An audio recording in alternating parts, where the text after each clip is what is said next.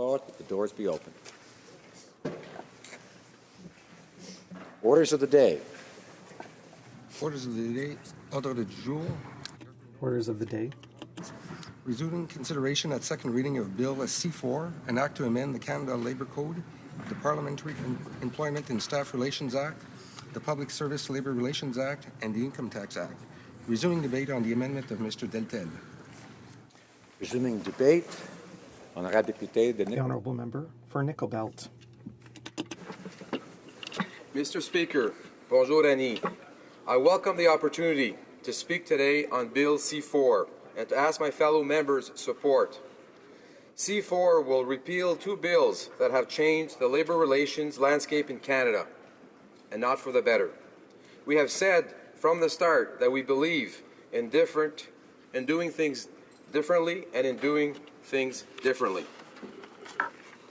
Supporting the middle class and those working hard to support is a key priority of our government. Labour relations, positive and otherwise, have a direct and immediate effect on workers and employers. Mr. Speaker, C4 will restore a fair and balanced approach to labour relations in the country, an approach that allows workers to make free and informed decisions, is supported by both employers, labour, and fosters stability.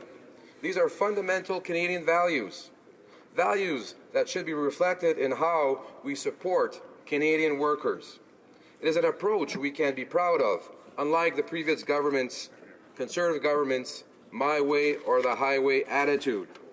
Mr. Speaker, we know we're in trouble when we hear respected Labour leaders like the President of the Canadian Labour Congress say that Bills C-525 and C-377, and I quote, were nothing more than an attempt to undermine unions' ability to do important work like protecting jobs, protecting health and safety in the workplace, and advocating on behalf of Canadian workers.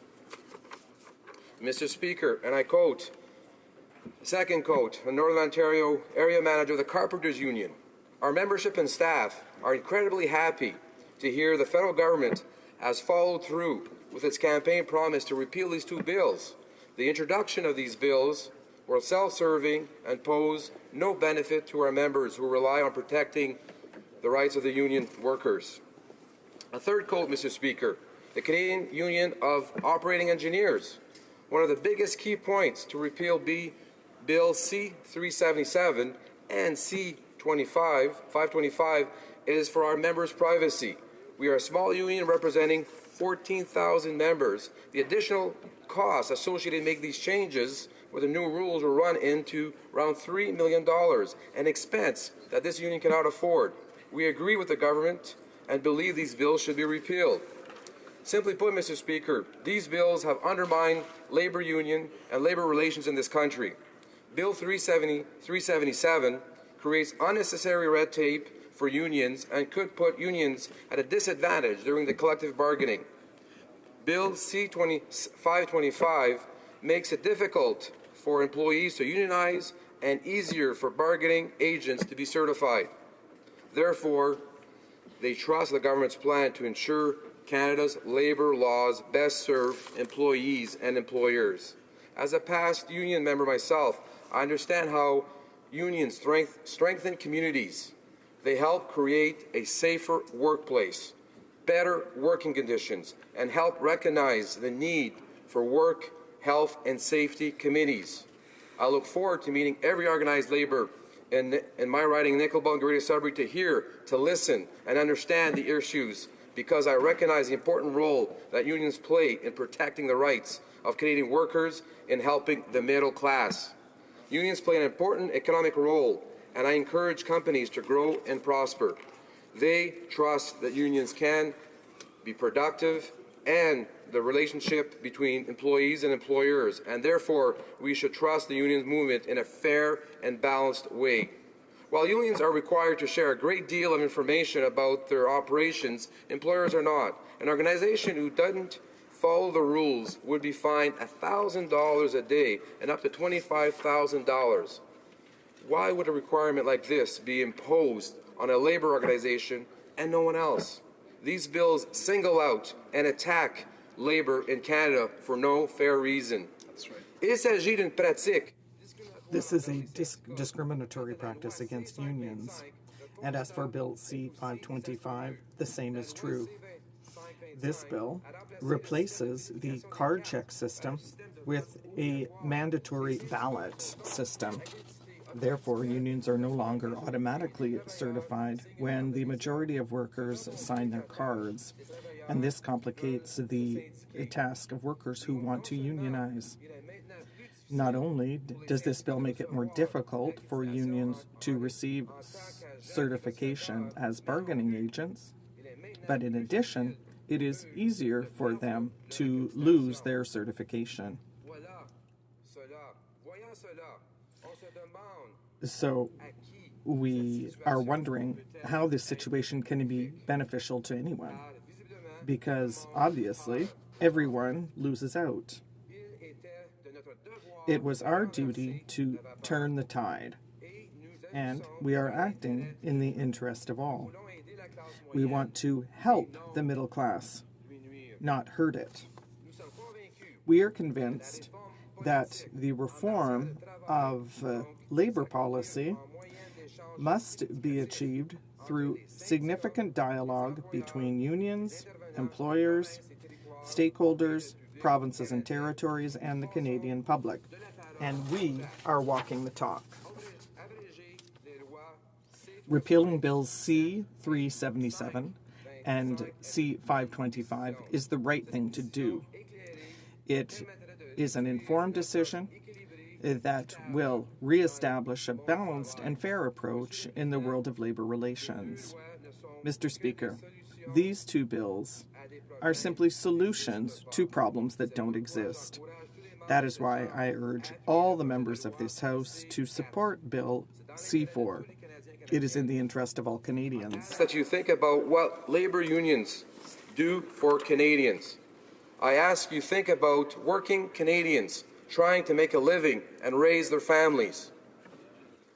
Are decent wages and safe working environments something you think Canadians can live without? Are positive labor relations between employers and employees important? I ask that you think about the rights of the workers to be represented and protected. And I ask that you do the right thing, repeal Bills 377 and 525, and restore fair and balanced approach to the labor relations in Canada. I am proud to be part of the Liberal government that will repeal Bill 377 and 525. I recognize the important role that unions play in protecting the rights of Canadian workers and helping the middle class grow and spark and prosper. Mr. Speaker, thank you. Merci, Miigwech. Questions and comments. Questions et commentaires. The honourable member for Kamloops, Thompson, Caribou.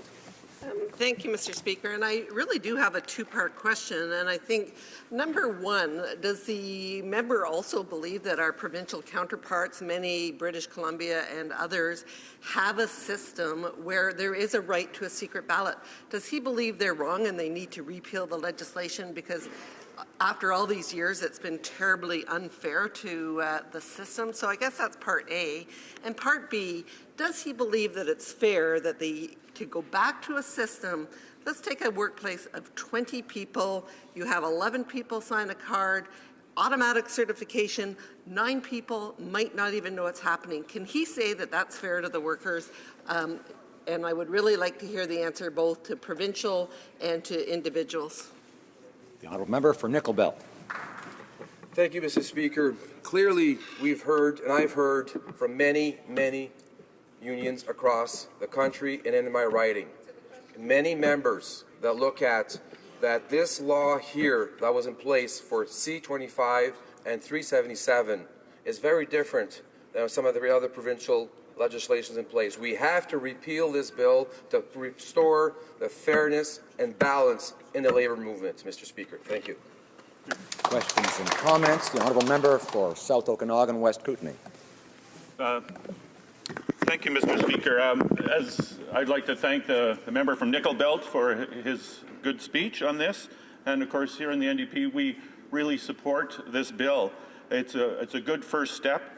But as the member mentioned in his speech, more needs to be done to protect hardworking Canadians in their workplaces.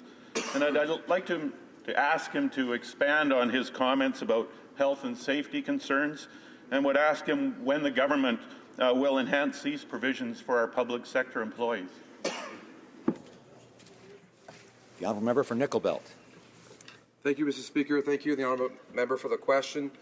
Health and safety committees have been in place across the country and in my riding, especially in the mining industry and a lot of the natural resources industry, for decades now. They've been established because of the labor movement, because of the unions, of protecting the workers on the workforce.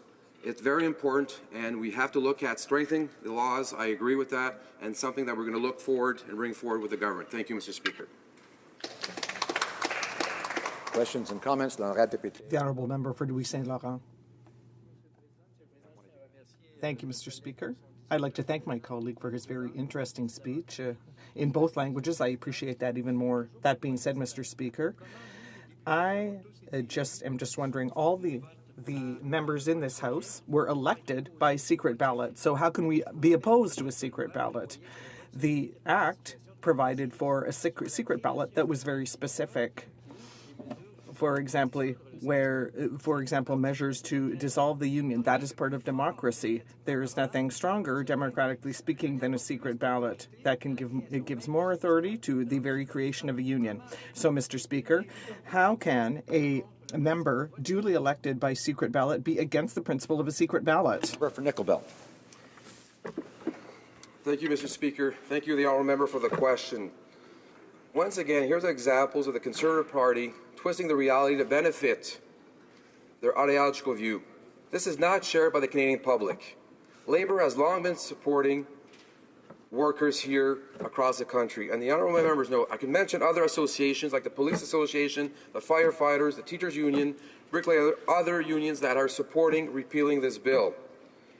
The Conservatives not only done these bills, but they've also focused on the private sector, also the workers here on the federal government.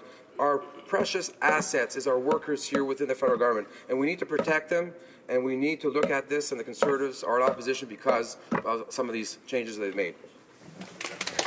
Very short question, the member for Cape Breton Canso. Mr. Speaker, just in reference to the member from Kamloops, her question to my colleague from Nickel Belt, she wants a provincial example. The province of Newfoundland has gone from the secret ballot to the card check. And all the testimony throughout those hearings indicated that the card check was the best way. It was a system that has served this country well, and but it was imposed in this last government. So, Mr. Speaker, I just want to, if I could, we know that constitutional experts said it was unconstitutional. We know privacy experts said it breached the privacy of millions of Canadians, and we know 7 out of 10 provinces.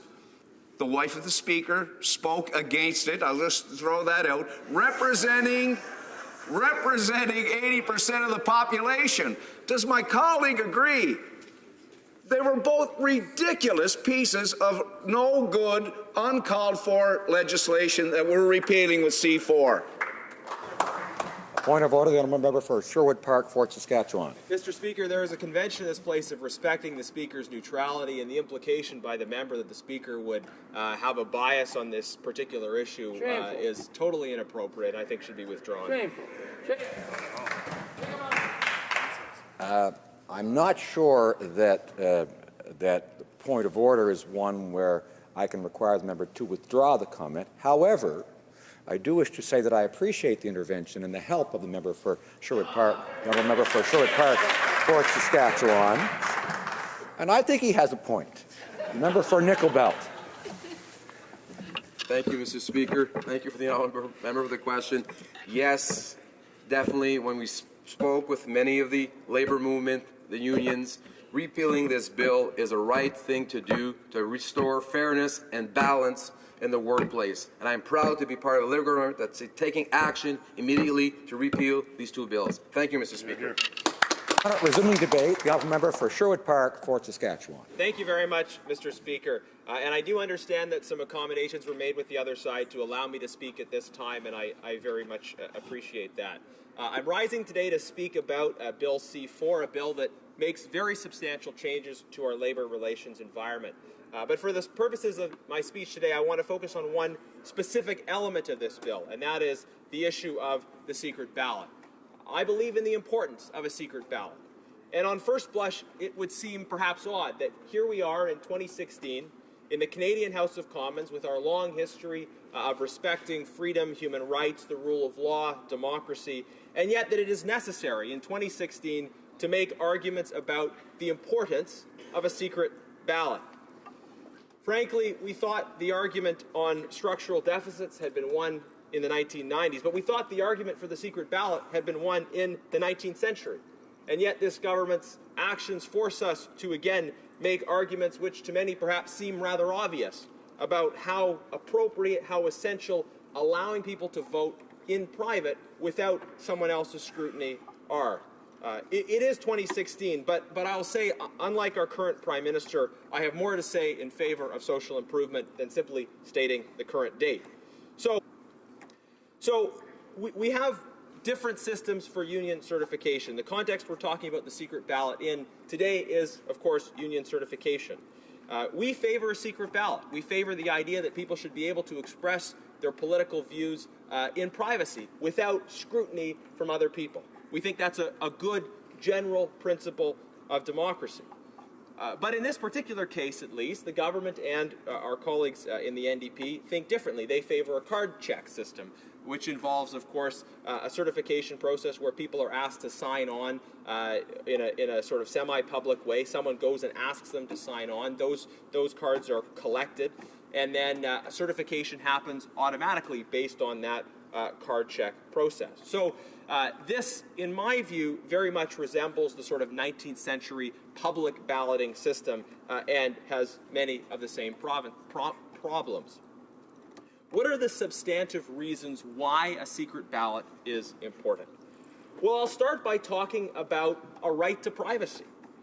People should have their right to privacy respected in matters of political opinion, you might say in matters of religious opinion as well. On these deeply important and for some people personal matters, people should have the right to not have to express their opinions in public. Of course, many people choose to talk publicly about their political perspective. Nobody has any doubt how I voted in the last election. But just because some people wish to be public, it doesn't mean that others who wish to be more private shouldn't in fact have a right to do so. And we understand, we respect a right to privacy in these cases because without that privacy respected, many people would not have the ability to do so with confidence that there wouldn't be some discomfort to them or some negative consequences. You know, I was recently in India, Mr. Speaker, talking about some human rights issues there, and one of the issues in India is that a number of states have laws that require people who want to change their religion to declare so publicly and have the state review the process by which they came to that decision. And many in India, many outside have concerns about this precisely because of the fact that someone's deeply held opinions, they should be able to keep those opinions private. The argument was made in response, though, well, if someone is confident in their own perspective, why shouldn't they be willing to declare it publicly? But we obviously understand that on these sensitive matters, and that includes when it comes to opinions about unions, union certification, people should have a right to have the privacy of their opinions respected. And a secret ballot effectively ensures that. The second argument that I'll make in defense of the secret ballot is that secret ballots protect people from reprisals and also help to avoid corruption. And here I think it's important to visit some of the history around how the secret ballot originally developed. In 1867, in the UK, the Second Reform Act was passed, called the Representation of the People Act. And this enfranchised a greater number of skilled workers. But this made the need for a secret ballot particularly urgent because there was a concern that tradespeople would be the subject of undue and inappropriate pressure by their employers in the case of a public ballot. That if, as the traditional public ballot system was, people had to go to the town square and declare who they were supporting in an election, that this, for those who were skilled workers who were working for other people in trades and other areas, that they might be subject to significant pressure from the employers. And this added to the concern as well that the tenant class, people who were working other people's land, might be the subject of eviction or threats of eviction if they voted against the interests or the desires of those who owned the land on which they lived. The public ballot was a way, in fact, of forcing people to not be able to exercise their political franchise in a way that was consistent with their interests, because they were subject to threats of economic coercion and other forms of intimidation. What's important about this history is that bringing in the secret ballot was an essential reform to protect the rights of working people, to protect the rights of lower income people in the UK at the time of the Second Reform Act. And yet, perversely, we have political parties in this House today who claim to advocate for those working men and women who don't actually understand how important the secret ballot was and continues to be for protecting their ability to express their opinion. There was real fear of reprisals at the time, and of course that has echoes in our debates today about the fear that people who are forced to vote in a public ballot may be subject to undue pressure and intimidation. That pressure could come from either side. In particular, though, in a card check system, that intimidation, undue pressure, could come from those who are seeking to sign people up. People should, regardless of your opinion on certification in a particular case, working men and women should be free to come to their own conclusions and to express their opinions privately without fear of reprisal. Of course, another issue at the time the secret ballot was introduced was concern about corruption. If people are voting publicly, it's much easier to offer inappropriate inducements to buy votes, perhaps, when you can actually check to see if they voted as they were paid to do so. The secret ballot, although it doesn't fully eliminate corruption, it helps to ensure that sort of thing doesn't happen, because there's no way to effectively see if the vote that was bought was actually paid. So protection against reprisals and corruption were very important for bringing in secret ballots, and they're important today for ensuring that secret ballots continue to exist in all environments. The third point I'll make in defense of the secret ballot, Mr. Speaker, is just the importance of a vote being preceded by a process of deliberation in which people can hear arguments from both sides. Both sides should have an opportunity to present arguments in favor of or against a particular proposition, in this case, certification, before the date on which a vote takes place. Now, of course, the card check system does not allow that deliberation to happen. The card check system means that the certification process could have gone all the way through in terms of getting all those signatures before people who have a different opinion are even aware that process is happening. It undermines this principle that there should be meaningful discussion and debate on both sides. Now, the government seems to understand this principle on some issues. Although imperfectly, we certainly disagree with their reluctance to have a referendum when it comes to electoral reform. But we hear them make the argument with respect to the electoral reform that before any kind of hypothetical vote takes place, it's important for there to be a long discussion about the different options and the pros and cons. But why don't they believe that in the case of certification? Surely the secret ballot at a specific time provides an opportunity for there to be robust debate within a group of workers about whether or not certification in general and whether or not certification with a particular union is a good idea. Again, Mr. Speaker, I'll just say many people might be surprised watching this debate today that it is necessary to make arguments in this House in favor of a secret ballot, that 2 of the 3 major parties in this House oppose giving working men and women a secret ballot on something as essential as union certification. But we need to make those arguments because the government and the NDP just don't seem to understand how truly foundational, how important this is, how consistent this is with a right to privacy, how a secret ballot protects against reprisals and corruption, and how a secret ballot helps ensure that a vote is preceded by a process of meaningful deliberation. Mr. Speaker, thank you for the opportunity to speak today. Questions and comments? Honourable Parliamentary Secretary to the Government House Leader. Yes, thank you, Mr. Speaker. And I think what the Conservatives have really failed to understand is the importance between labour and management and relationships and harmony within the workforce, and how much healthier it is when government works with organised labour and business to make sure that there is that harmony that takes place. The member needs to recognize that this legislation that we have today that we're debating is to rectify a wrong. When the government brought in two private members' bills without going through a process that allowed for that harmony to continue. My question to the member is that there are many individuals and groups that really believe in the value of organized labour and how it has contributed so much to Canadian society over the years, and it does have a role to play, a fabulous role to play into the future. My question specific for the member is why does he feel that the Conservative Party tends to want to use labour legislation as a wedge issue, as opposed to recognizing the true value of having harmony within our workforce? Member for Sherwood Park, Fort Saskatchewan.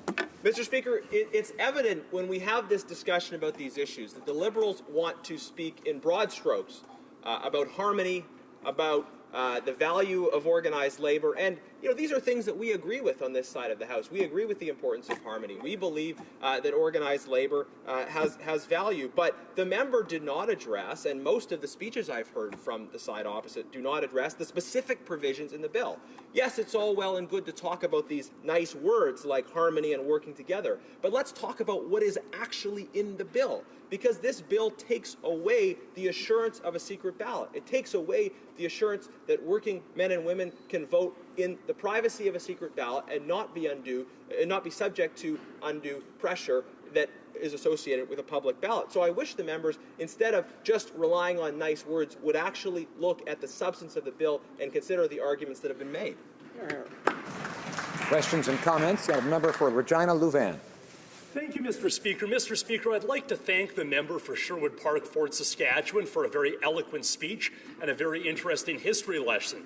It's great to have a fellow alumnus of the Canadian University Society for Intercollegiate Debate in this House. And I would ask the member for Sherwood Park, Fort Saskatchewan, given his enthusiasm for secret ballots, whether he would support a system whereby we have votes in every Canadian workplace periodically on whether the employees want a union. Because it seems that the Conservatives' supposed concern for workplace democracy only starts after employees have indicated that they want a union by signing membership cards. Now, the member suggests that this period of deliberation between signing cards and the vote is a good opportunity for debate and deliberation, but would he not acknowledge the fact that whereas unions have essentially no access to the employees that they're trying to organize, the employer has continual access to those employees during work hours. The employer has authority over those workers, and that creates a massive imbalance during this period of hoped-for deliberation. Thank you. For Sherwood Park, Fort Saskatchewan. Thank you, Mr. Speaker. I thank the member, who is indeed an alumnus of the Canadian University Society for Intercollegiate Debate along with me. I understand the Prime Minister was part of that society at one time as well, but he dropped out after the society could no longer afford his speaking fees. Now, I want to... I want to respond to his question, though, in terms of a potential imbalance. Of course, employers have regular access to employees, and employees have regular access to each other. And both of these are different dynamics in a certification discussion. That's why we think, though, that a secret ballot makes sense. You could imagine pressure exerted by an employer. You could imagine cases in which pressure is exerted by fellow employees as well. You could imagine cases where an employee is reluctant to express their opposition to a union because if certification happened anyways, then they would, in some sense, their situation would be significantly affected by the union. So I say, why not a secret ballot? Now, he talks about why not have regular secret ballots. Well, I mean, if the state were to say that we have to have votes on certification on a regular basis in every workplace, where even if there hadn't been any kind of expression of interest. I mean, I think that's that's relatively impractical. We would have to agree. Let's let workers express interest, and then let's have a secret ballot in cases where that happens. That seems like the most reasonable, practical way to proceed. Resuming debate, the honourable member for Regina Louvain. Thank you, Mr. Speaker. As we resume a debate on Bill C-4 today, it's important to remember why unions matter. Unions provide better pay, pensions, and benefits. Unions provide healthier and safer workplaces. Now, some would argue that while unions might have been necessary in a Dickensian era, workers are now already protected by good regulations. But the reality in many workplaces, Mr. Speaker, is that labor and safety regulations are only really applied if a union is present to call attention to those issues. Unions give employees a voice in their workplace, and that feedback is often very useful to management and indeed can help to improve productivity. Countries with higher rates of unionization enjoy better living standards, greater equality, and more stable economies. I believe that this House should maintain an industrial relations regime that facilitates employees forming unions and bargaining collectively. Unfortunately, the former Conservative government did the opposite. Bill C-525 made it harder to form unions and easier to decertify them. Now, the Conservatives would say that this bill is all about allowing workers to vote on their union status. But the Conservatives have not implemented a system that would allow elections in all workplaces across the country to determine whether employees want a union. The Conservatives' supposed interest in workplace democracy only kicks in after workers have indicated that they want to join a union by signing membership cards. Bill C-525 essentially places another hurdle in the way of employees seeking to join a union. And this delay is not simply a matter of inconvenience. In far too many cases, Mr. Speaker, it has provided an opportunity for employers to intimidate their employees and prevent unionization. Moving on to Bill C-377, this legislation imposes onerous administrative requirements on unions. Now, the Conservatives would have us believe that it's all about transparency. And I think that everyone in this House believes that unions should and do provide financial statements to their members. That happened for decades before this legislation was enacted, and it will continue to happen after it is repealed. But Bill 377 went far beyond financial statements. It required unions to disclose and account for each individual transaction over $5,000. Mr. Speaker, if this House ever applied that type of transparency to a business, the Conservatives would be up screaming about red tape and compliance costs. And indeed, Bill 377 would have cost millions of dollars for the Canada Revenue Agency to administer. One of the more clever arguments that the Conservatives made in this debate was that international unions operating in Canada are already subject to such requirements through the U.S. Department of Labor. Mr. Speaker, before the people of Regina Louvain elected me, I worked as an economist for the United Steelworkers Union. And I'm here to tell this House that Bill 377 does not align with the American disclosure requirements, and in fact, it goes far, far beyond them.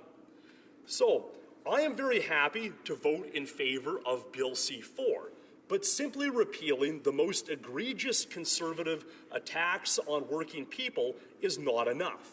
Much more is going to be needed to improve the situation of working Canadians. Often in this debate, the Liberals have spoken about the need for balance in industrial relations. One aspect of that balance is that in the rare cases where the collective bargaining process breaks down, both sides bear an economic cost. In a strike or a lockout, the employer must make do without the workers' labor, the workers must make do without their wages. So there's pressure on both sides to come to a resolution. However, if the employer can simply bring in replacement workers, that destroys this balance. I'm very pleased that my colleague from Jonquière has introduced a private member's bill to restore balance in this situation. In recent minority parliaments, the Liberals spoke very positively about anti-scab legislation, but they never quite produced enough votes to actually pass it. Well, now, Mr. Speaker, the Liberals have a majority. They have the ability to pass whatever legislation they want. And how the Liberals vote on anti-scab legislation will be a crucial test of whether this government plans to live up to its rhetoric about respecting workers' rights and strengthening the middle class. Mr. Speaker, many other important workplace issues go beyond industrial relations. In the election, the Liberals promised to improve the Canada Pension Plan. Now, Mr. Speaker, it took 3 ghosts to convince Ebenezer Scrooge. But when the finance minister met with the provinces before Christmas, it took only 2 ghosts, Christy Clark and Brad Wall, to scare him away from improving the Canada Pension Plan. And as a proud Saskatchewanite, I found it rather strange that our Premier used the downturn in commodities to argue against improving the Canada Pension Plan rather than in favor of improving employment insurance that actually would have helped the affected workers. And despite all the conservative rhetoric we've heard in this House about the need to respect the oil and gas sector, I think it's telling that Conservative MPs won't stand up and support better access to employment insurance for laid-off energy workers. I'm proud of the fact that the NDP is pushing for better employment insurance. In the election, the Liberals also talked about better employment insurance. But yesterday, they were up speaking against our Opposition Day motion to achieve exactly that. The specific Liberal objection was to a national entrance requirement of 360 hours. And, Mr. Speaker, I would just remember that when the Liberals were on this side of the House, they were demanding precisely that policy. But now the Liberals are saying that regional differences in labour markets need to be respected. And certainly those regional differences exist, but if someone is laid off in a region of high unemployment or low unemployment, they're still out of a job and they still need income support. What the Liberals haven't explained is why the entrance requirement is the aspect of employment insurance that should vary in response to regional differences, because it's still the case that the duration of EI benefits varies according to the regional unemployment rate, and there's a logic that it probably takes longer to find a job in an area with a higher unemployment rate. The NDP motion allows the duration of EI benefits to continue to vary according to regional differences. Mr. Speaker, there are also problems and lags in measuring regional unemployment. Regina is near the epicenter of the downturn in the oil and gas sector. Yet the measured unemployment rate in my community is still low enough that the entrance requirement for EI remains at the national maximum of 700 hours. Mr. Speaker, imagine someone working part-time for 25 hours a week, and imagine that they work for half the year. Well, 25 hours a week times 26 weeks is 650 hours. Not enough to qualify for employment insurance. Someone in Regina could pay in to EI for half a year and then when they're laid off, receive no benefit whatsoever. Mr. Speaker, that's unfair, and that's why we need a national entrance requirement of 360 hours. The NDP will vote for Bill C-4. But working Canadians also need the Liberals to vote for our Opposition Day motion to improve employment insurance, to vote for the private member's bill to enact anti-scab legislation, and to keep their promise to improve the Canada Pension Plan. Thank you, Mr. Speaker. Question et commentaire, l'honorable député de Shefford. The Honourable Member for Shefford. Well, thank you very much, Mr. Speaker, and I'd like to thank my honourable colleague for his remarks. It's a well-known fact that there are problems in our organizations, and it deals with cooperation between, or the partnership between the unions and employees. My question for my colleague is this. How will this new bill more fairly protect, in a balanced way, our labour relations between employers and employees? Mr. Speaker, I'm not sure exactly which motion or bill might have been asked about, because I tried to address several in my speech, but we're debating Bill C4, so I assume the question is about that legislation. I think it really does improve collaboration by doing away with the most egregious conservative attacks on working people and on unions, but it's clearly not enough, Mr. Speaker. If we really want to have balance in the workplace, it's important, as I said in my speech, that the employer not be allowed to simply bring in replacement workers when there's a legitimate strike or lockout underway. So we also need to pass anti-scab legislation. I'm very proud that that has come forward as a private member's bill. So I would say, Mr. Speaker, I agree with my colleague across the way that Bill C4 is a good start, but much more is required to really achieve justice for working people in this country. Questions and comments? A member for Sarnia-Lambton. Thank you, Mr. Speaker. I'd like to thank the honourable member for his speech. Not every union member in Canada wants their union dues spent to support a political party that they don't support. They want the protection of a secret ballot. I'm interested to hear the member explain how replacing Bill 377 and Bill 525 with C4 will do anything to protect the workers' rights. Member for Regina Louvain. Thank you, Mr. Speaker. Mr. Speaker, the member for Sarnia talks about union members possibly not wanting their dues spent to support political parties. Well, I've got good news for the member for Sarnia, which is that neither corporate nor union contributions are allowed to federal political parties. I certainly support that change to our democracy. Now, I think what the member for Sarnia might be getting at is in some provinces at the provincial level, corporate and union donations are allowed to political parties. I think the solution to that is for provincial governments to follow the fine federal example and ban both corporate and union donations.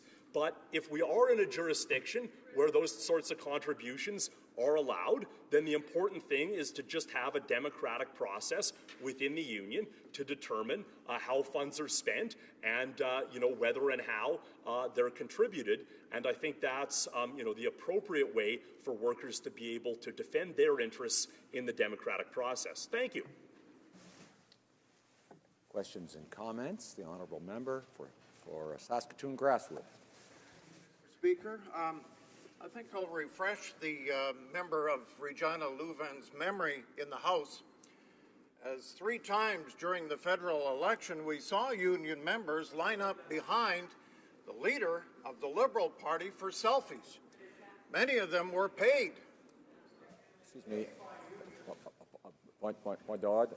I think the problem is the translation. The Honourable Member for Drummond. Well, thank you, Mr. Speaker. I think that the interpretation into French does not seem to be working, perhaps, so we could check into it. Well, then I should speak in French for a few moments to ensure that the interpretation is working. It is working, yes. The Honourable Member for Saskatoon. Thank you again, Mr. Speaker. I just want to remind the Honourable Member from Regina Louvain, as in the House here, it has been notified that the Liberal Party, during the election, 3 times had union members line up behind the Liberal leader. Not once, not twice, but 3 times, all for $100 to get the selfie with the leader of the Liberal Party. So, what do you say about that, Mr. Speaker? We would like to hear the comments from Regina Louvain about union members used for political operations like we just saw in the federal election? The honourable member for Regina Louvain. Well, Mr. Speaker, I mean, obviously it would be inappropriate for a union to contribute money to a political party or, to pay staff to work on a federal political campaign. So if that happened in the last election, certainly it would need to be investigated, an enforcement action would need to be taken. Having said that, I mean, union members obviously need to be free, like other citizens, to participate in the democratic process. And I suspect that some of those union members who were taking selfies behind the Prime Minister might soon be regretting that decision when they discover that the Liberals aren't moving to implement a federal minimum wage, may not vote to enact anti-scab legislation, maybe voting against the NDP motion to improve employment insurance. So I suspect next time they'll be taking selfies behind NDP candidates. Thank you, Mr. Speaker. Resuming debate, the honourable member for Peace River Westlock. Thank you, Mr. Speaker. As it's my first time to give a speech in this House, I'd like to begin.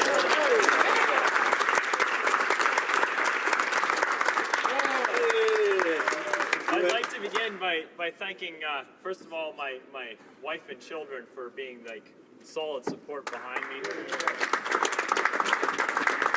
I'd like to thank my campaign team, specifically my parents and my siblings who did put in countless hours on my campaign, and my best friend Dennis, who set up way too many signs and put on about, 6,000 kilometers on his own pickup truck, driving around the vast riding of Peace River Westlock. My campaign manager John for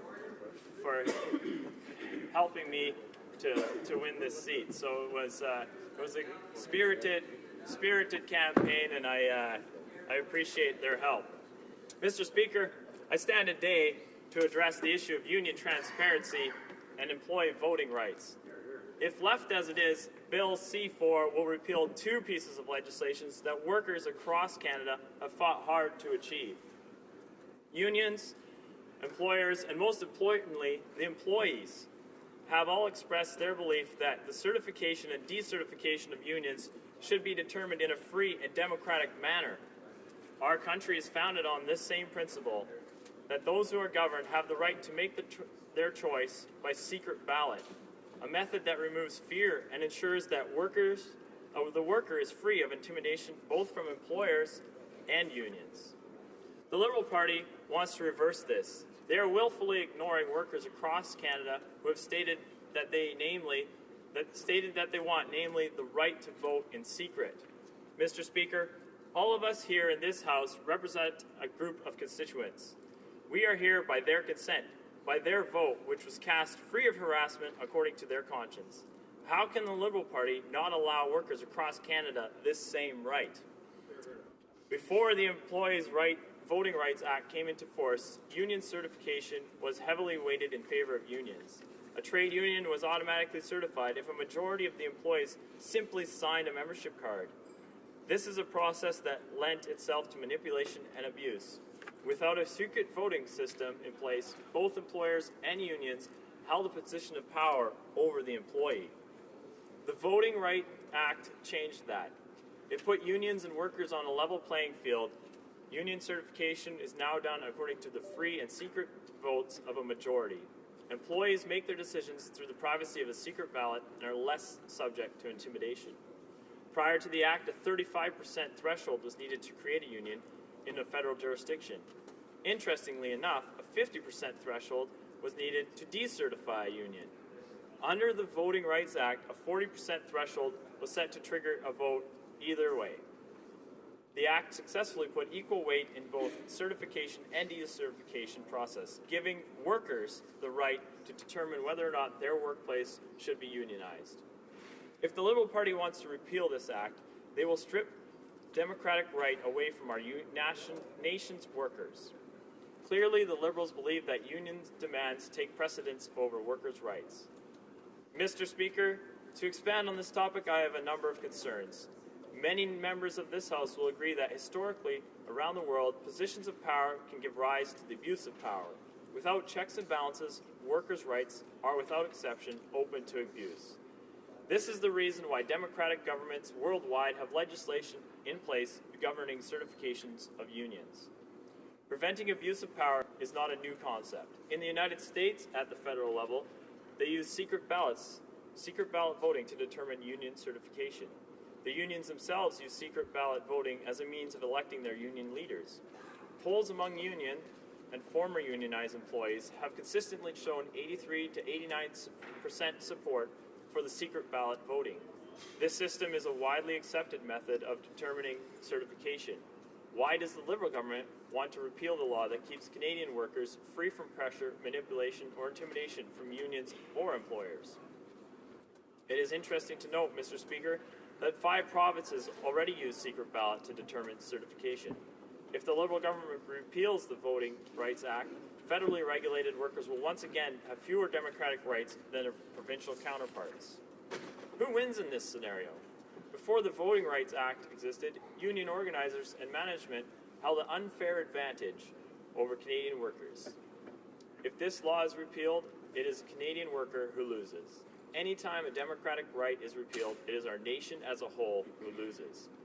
Bill C-4 poses another problem. It seeks to repeal a requirement for labor organizations to be financially transparent. Financial transparency is the bedrock of financial accountability. Why does the Liberal government seek to undermine worker and taxpayers' rights to financial accountable unions? There is a public interest in this, Mr. Speaker. Union fees reduce taxes, therefore affecting all Canadians. Union workers pay union dues, yet without this legislation in place, unions are not obligated to tell workers where and how this money was spent. Before and during the federal election, unions spent millions of dollars to fight the Conservative Party. Taking away financial transparency is nothing more than a Liberal measure to thank unions.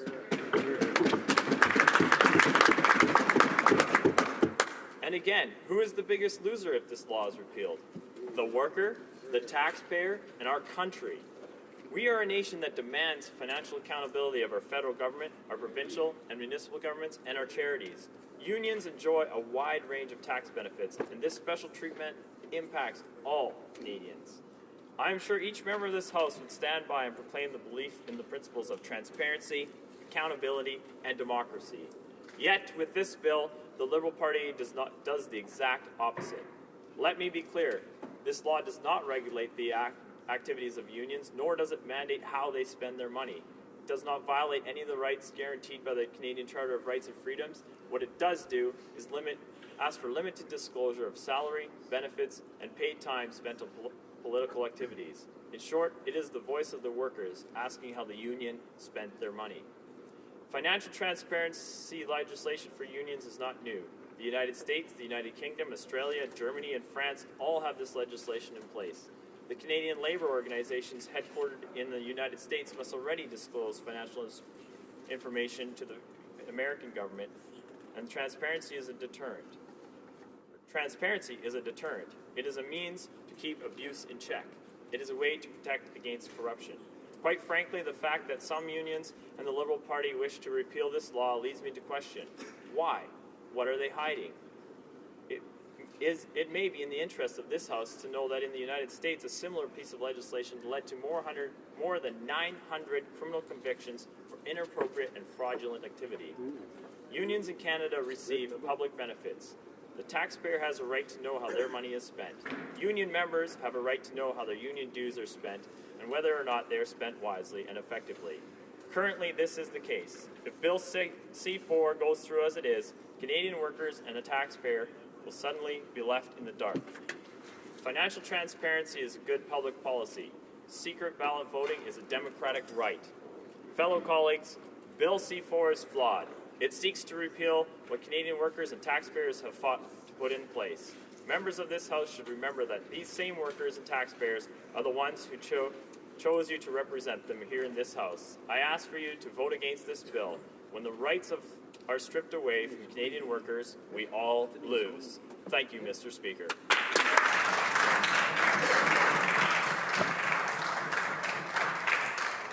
There will be 5 minutes for questions and comments when debate resumes. Meanwhile, statements by members, déclaration des députés, l'honorable député. The honourable member for Pierre Boucher, Les Patriotes Verchères. Mr. Speaker, a few weeks ago, Quebec's civil service union launched a website promoting a single tax return in Quebec. Tax season is fast approaching, and it would be a good idea that the federal government ask itself questions about how important it is to maintain the status quo. A single tax return would allow for the savings of $500 million per year, and in addition, it's the solution that is already used for collecting taxes in Quebec. Why should Quebecers have to fill out 2 tax returns, funding 2 bureaucracies, and grappling with 2 complex tax systems, while they have no interest in doing that? The power of levying taxes and collecting them is a very important power for our nation, and it could be the first step towards the independence of Quebec. Honourable Member for Winnipeg North. Thank you, Mr. Speaker. It's with pleasure I rise today to just recognize the very special relationship between Canada and the Philippines. For many years now, the Philippines has been the #1 source of immigration to the province of Manitoba, and the impact nationwide, Mr. Speaker, has been very profound in terms of over the last number of years we've seen a large number of immigrants coming from the Philippines. Not only as immigrants, but also as workers. Many come on an annual basis to visit, to attend our schools, and so forth. And what is so encouraging, Mr. Speaker, is that since the election, we've had the Prime Minister visit the Philippines, we've had the Minister of Free Trade and others visit the Philippines, just to highlight what I believe is really important. 2 great nations having a special relationship in which, as we move forward into the future, we hope to be able to see more and more bridging of these 2 nations in order to be able to share and embellish amongst a very rich Filipino heritage, which is very quickly becoming a part of Canadian heritage in itself. Thank you, Mr. Speaker. The Honourable Member for Mégantic-Lérables. Thank you, Mr. Speaker. On Sunday, the finals of the largest amateur tournament in the world, the Pee-wee hockey tournament in Quebec, took place. The Pee-wee Boutin de l'Érable won this tournament from my riding. Since September, these 17 young men and their coaches have devoted their energy, their work, and especially their heart to winning out a place in this prestigious tournament, and this swept them to victory. Mr. Speaker, in 45 matches this season, these hockey players have won 42 of them, which is an exceptional season from all viewpoints. These young people are a source of inspiration for all athletes in our region. As member for Mégantic-Lérables, and on behalf of all members in this House, I'd like to congratulate the coaches, the players, and their parents, and because this victory is a source of great pride for everyone in my riding. Bravo to these young people. Honourable Member for Saint-Jean. Mr. Speaker, our government recognizes that our country's economic success depends on industrial innovation. It is essential to provide fledgling industrialists with a forward-looking platform to prepare them. I had the privilege to participate in the presentation of the 2015 group of new businesses in Saint-Jean-sur-Richelieu, which benefited from the services of our incubator operated by the Assistance Center of the Entreprise Haute Montérégie. These business incubators and accelerators are already recognized in industrialized countries as an excellent way to bridge the gap between school and business. They offer premises, a credible image, technical support for research, and structured mentoring. I believe that these business networks are essential to the success of the 4th Industrial Revolution in Canada. The Honourable Member for Drummond. Mr. Speaker, it is with great pride that I rise today in the House to underscore the first anniversary of the social pediatric center called Les Petits Bonheurs in Drummondville. The citizens of my region can be proud of the success achieved by this social pediatric center, inspired by a number of people in the community. This focuses on the development of children up to age 14 who are vulnerable, and it focuses on the needs and the respect of children's rights. Social justice and integration are the values that guide the actions of this center. It makes a huge difference in the lives of a number of families. I would like to commend all of the team from the Centre for their success, especially Louis Bérubé, the Director General, and Annie Claire, President. Bravo for their social commitment to my region. For Scarborough-Guildwood. Thank you, Mr. Speaker. The work of a Member of Parliament brings you in contact with some extraordinary people. My constituents, Brian Philcox and Bonnie Buxton, co-founders of the organization FAS World, are two such people. Fetal alcohol spectrum disorder is incurable and the leading cause of preventable developmental disability in Canada. Nearly 20 years ago, Brian and Bonnie discovered that their adopted daughter suffered from FASD. Since then, they've worked tirelessly to raise awareness about the risks of consuming alcohol during pregnancy. In 1999, they organized the first annual FASD Awareness Day. September 9 is now recognized in 42 countries around the world. In December, Bonnie and Brian were awarded the Meritorious Service Medal by the Governor-General of Canada. Congratulations, Bonnie and Brian. It's an honor to represent you here in the House of Commons and to count you as friend. The honourable member for Haliburton, Kawartha Lakes, Brown. Thank you very much, Mr. Speaker. As many in the House are aware, there was a terrible incident on Tuesday at Dunbarton High School in Pickering. I would like to recognize a resident of my riding, Lindsay native James Blair, for taking action along with his fellow educators to help end the incident. Mr. Blair is a teacher at Dunbarton and was one of the many heroic staff members who sprang into action when an armed assailant, later determined to be a student suffering from mental stress, elected to injure 6 students. It is clear, Mr. Speaker, this incident could have been much worse if it wasn't for the efforts of not only Mr. Blair, his co-workers, and first responders too. Mr. Speaker, this is an excellent example of the fine people responsible for educating our children. And I, for one, would like to thank all of our educators for continually going above and beyond, not only for the safety and well-being of their students in the face of crisis, but also for ensuring our youth are prepared for the challenges ahead. On behalf of this House, I would like to thank Mr. Blair, the staff and management at Dunbarton, and for the first responders. It is also my hope that the students trying to come to terms with what happened are able to get the help and support they need. The honourable member for Brampton West. Mr. Speaker, I rise today in the final week of Black History Month to recognize the contribution of Honourable Jean Augenstein and Mr. Garnet Manning. I had the privilege of meeting both these remarkable Canadians this month. The Honourable Jean Augenstein was both the first Black school principal in our country and the first Black woman to serve in this House. 20 years ago, her bill proclaiming February as Black History Month was passed with a unanimous support. I'm proud to announce that a new secondary school named in her honor will open its door this September in my home riding of Brampton West. Mr. Manning was the second Black man elected to the Brampton City Council. Mr. Manning has motivated and changed the lives of many Black Canadian youth through his service. Mr. Speaker, as we celebrate the achievements, the contributions, and the hardships of Black Canadians, I'm honored to acknowledge the work by both these remarkable Canadians. Thank you. The honourable member for Mississauga-Streetsville. Mr. Speaker, I rise today to speak about a very special event that took place in my riding. On Saturday, February 20th, I had the great honor to participate in the coldest night of the year walk with a wonderful group in Mississauga. The purpose of the walk is to raise money for the hungry, homeless, and hurting in over 100 communities across Canada. The walk in Mississauga was organized by a wonderful staple in my riding, an organization called The Dam. The Dam is a safe community hub that builds relationships to develop, assist, and mentor the youth and young moms along the journey towards reaching their full potential.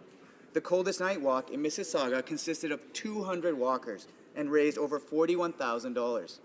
Across the country, the walk raised over $3.8 million for 92 charities.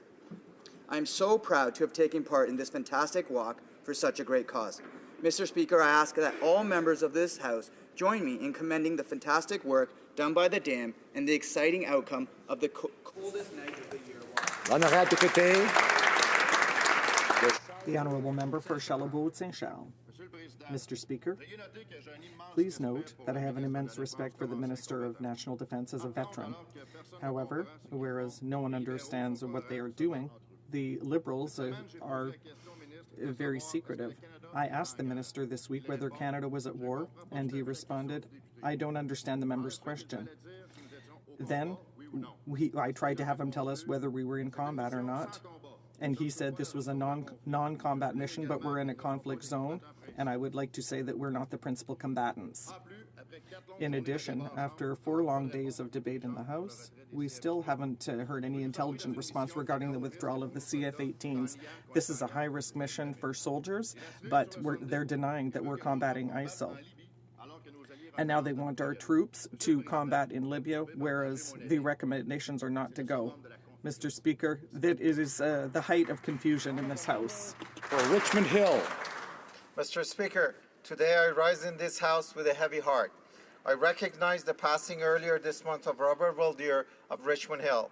Bob was the founding president of Home on the Hill Supportive Housing, a charitable group whose mission is to provide inclusive, humane, and caring housing to those facing serious mental illness.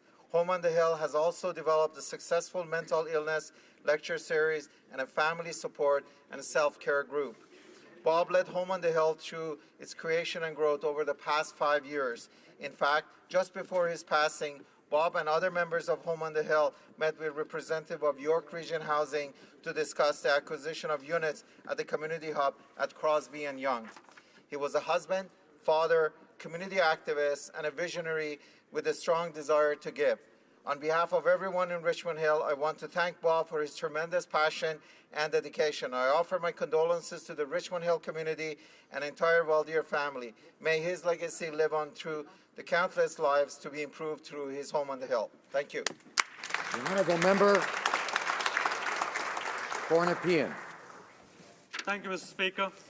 Today, a constituent and veteran in my riding, Ray Desjardins, turned 75 years old. He was a dedicated reservist for many years and was commissioned from the ranks to the position of infantry lieutenant. Beyond his military service, Ray is an active member of the Nepean community. He founded the Royal Canadian Legion's Branch 641 in Barhaven and has organized many community events such as the Year of the Veterans Gala. His dedication to Nepean and its people is remarkable, and I would like to thank Ray for his volunteerism and wish him a happy and healthy 75th birthday.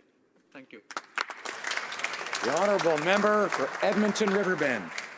Mr. Speaker, it is with great sadness that I bring to the House's attention the passing of Don Getty. Don Getty was former Premier of Alberta from 1985 to 1992. In 1965, the leader of the Alberta Progressive Conservative Party, Peter Lougheed, asked Don Getty to consider entering provincial politics. Don led Alberta for nearly 7 years and presided over some of Alberta's toughest economic times. Mr. Getty represented a large portion of what today is my riding of Edmonton Riverbend. Not only was he a politician, but he also had a 10-year career as quarterback for the Edmonton Eskimos, in which he led them to win 2 Grey Cups. To this day, the number 27 continues to grace Commonwealth Stadium on the Edmonton Eskimos Wall of Fame. Premier Getty has left behind his wife Margaret and their 4 children. Mr. Speaker, this is a great loss today, not only for Mr. Getty's family, but for all of Alberta, who will be in mourning for an exceptionally hard-working man.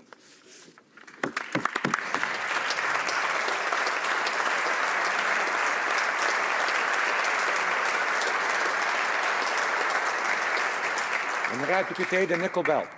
Honourable member for Nickel Belt.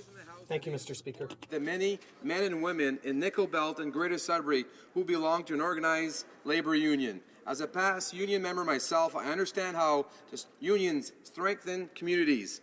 They have helped create a safer workplace, better working conditions, and recognize the need for workplace health and safety committees. Monsieur le Président, je crois...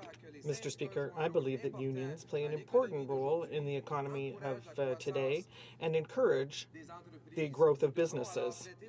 We should thus treat the labour movement fairly because unions allow for the establishment of productive relationships between employees and employers. That will repeal Bill 377 and 525. I recognize the important role that unions play in protecting the rights of Canadian workers and helping the middle class grow. I look forward to meeting every organized labour union in Nickel Belt and Greater Sudbury to listen, to understand their issues. Merci, Miigwech.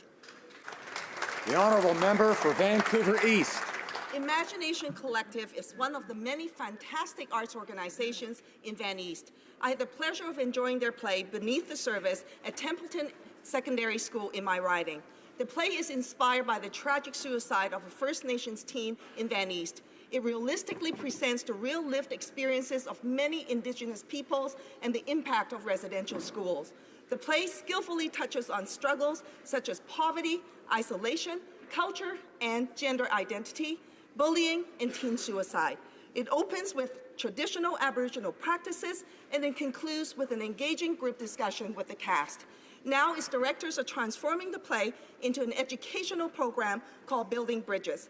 Blending performances with wellness programs, the program will cultivate youth ambassadors and promote healing, compassion, and deep understanding.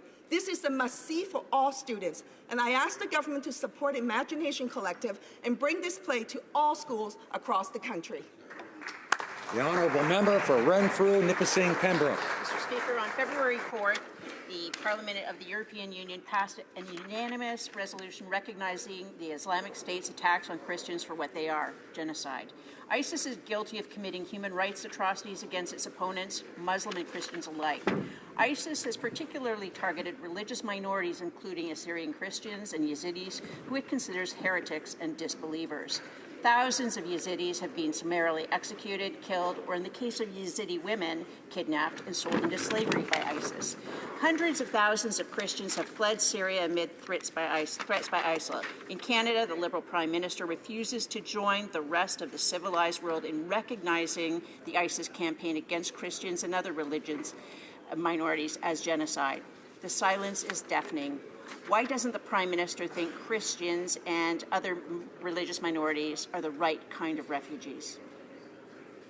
The Honourable Member for Mississauga, East Cooksville. Mr. Speaker, on Monday, February 29th, WestJet will be celebrating its 20th anniversary. Beginnings back in 1996, the airline has grown significantly over the years, and today employs nearly 12,000 Canadians from coast to coast to coast. An inductee into the Corporate Culture Hall of Fame and known for a strong culture of ownership, WestJet's activities account for directly and indirectly for more than 70,000 full-time equivalent jobs and produces a labor income in excess of $3 billion. As one of two major national scheduled carriers in this country, WestJet provides Canadians with a critical, important, and competitive choice for their business and leisure travel. I'm sure we can all agree that competition is vital to a healthy economy. Toutes mes félicitations. Warm congratulations and happy 20th anniversary. Continued success. Oral questions, questions orales.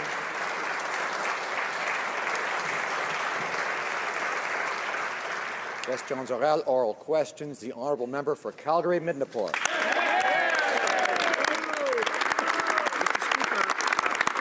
In a feat of completely unprecedented fiscal incompetence, this government has taken us from a surplus to a $10 billion deficit and now to a $30 billion deficit. It's clear as day that the Liberals misled Canadians in the last election with their bogus fiscal promises. So my question is simple, Mr. Speaker.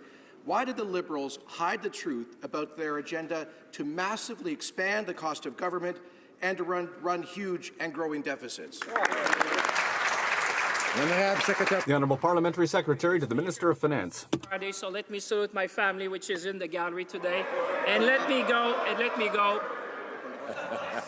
Honourable members, I'm delighted the member's family is in the gallery, but members should know that only the Speaker recognizes people in the gallery. So I asked him to finish his question and stick to the subject matter. Thank you, Mr. Speaker. So let me answer to my colleague. Mr. Speaker, we have a plan to grow this economy. On the 19th of October, Canadians made a real choice. They made the choice of growth. Mr. Speaker, we're going to do that with our three principles. We're going to do that responsibly. We're going to continue to reduce our debt to GDP ratio to our mandate. And, Mr. Speaker, it's still our goal to balance the budget, but our objective, our priority is growth, Mr. Speaker. The Honourable Member for Calgary, Midnapore. But, Mr. Speaker, This is exactly the point. Canadians made a choice based on a false election promise. A promise for a deficit of just $10 billion, which has tripled in just 3 months. Is it not true that the Liberals misled Canadians during the election campaign? And why did they hide their true intention to massively increase the cost of government and deficits? The Honourable Parliamentary Secretary. Mr. Speaker, I'd like to thank my honourable colleague for his question. The only people who don't understand that the Conservatives left us a deficit are the Conservatives. Everyone in Canada understands that, Mr. Speaker. We have a plan for growth, Mr. Speaker, and all Canadians made that choice on October 19th. Mr. Speaker, we will continue. We started in December reducing taxes for the middle class. We will continue in the budget with the Canada Child Benefit. And, Mr. Speaker, we are going to put in place our historic infrastructure plan. That's working for Canadians, Mr. Speaker. The Honourable Member for Calgary-Midnapore. Well, Mr. Speaker, I've never seen a parliamentary secretary who has attacked his own department like that. And the department says that we left a balanced budget. That is hard-won surplus. Now they plan to help their Ontario Liberal friends to impose a new job-killing payroll tax and a new tax on everything, a tax on carbon. All of that means fewer jobs and lower income. So, Mr. Speaker, why in the world would the Liberals be killing jobs through higher taxes, particularly at a time of economic fragility? The Honourable Parliamentary Secretary for the Minister of Finance. Mr. Speaker, the only one who don't understand that 2 months doesn't make a year, that 9 months doesn't make a year, but 12 months makes a year are the Conservative. Mr. Speaker, we're going to have a deficit. That's what the Conservative have left us. But thanks to Canadians, on the 19th of October, Canadians made the right choice. They made the choice of growth, Mr. Speaker. The IMF said it at the G20. They said we should continue to invest. At times like this, Mr. Speaker, it's the time to invest. That's the choice that Canadians have made. That's what we're going to do. The Honourable Member for Lévis-Lotbinière. Mr. Speaker, the Liberal government is trying to make Canadians believe that deficits are good for the economy.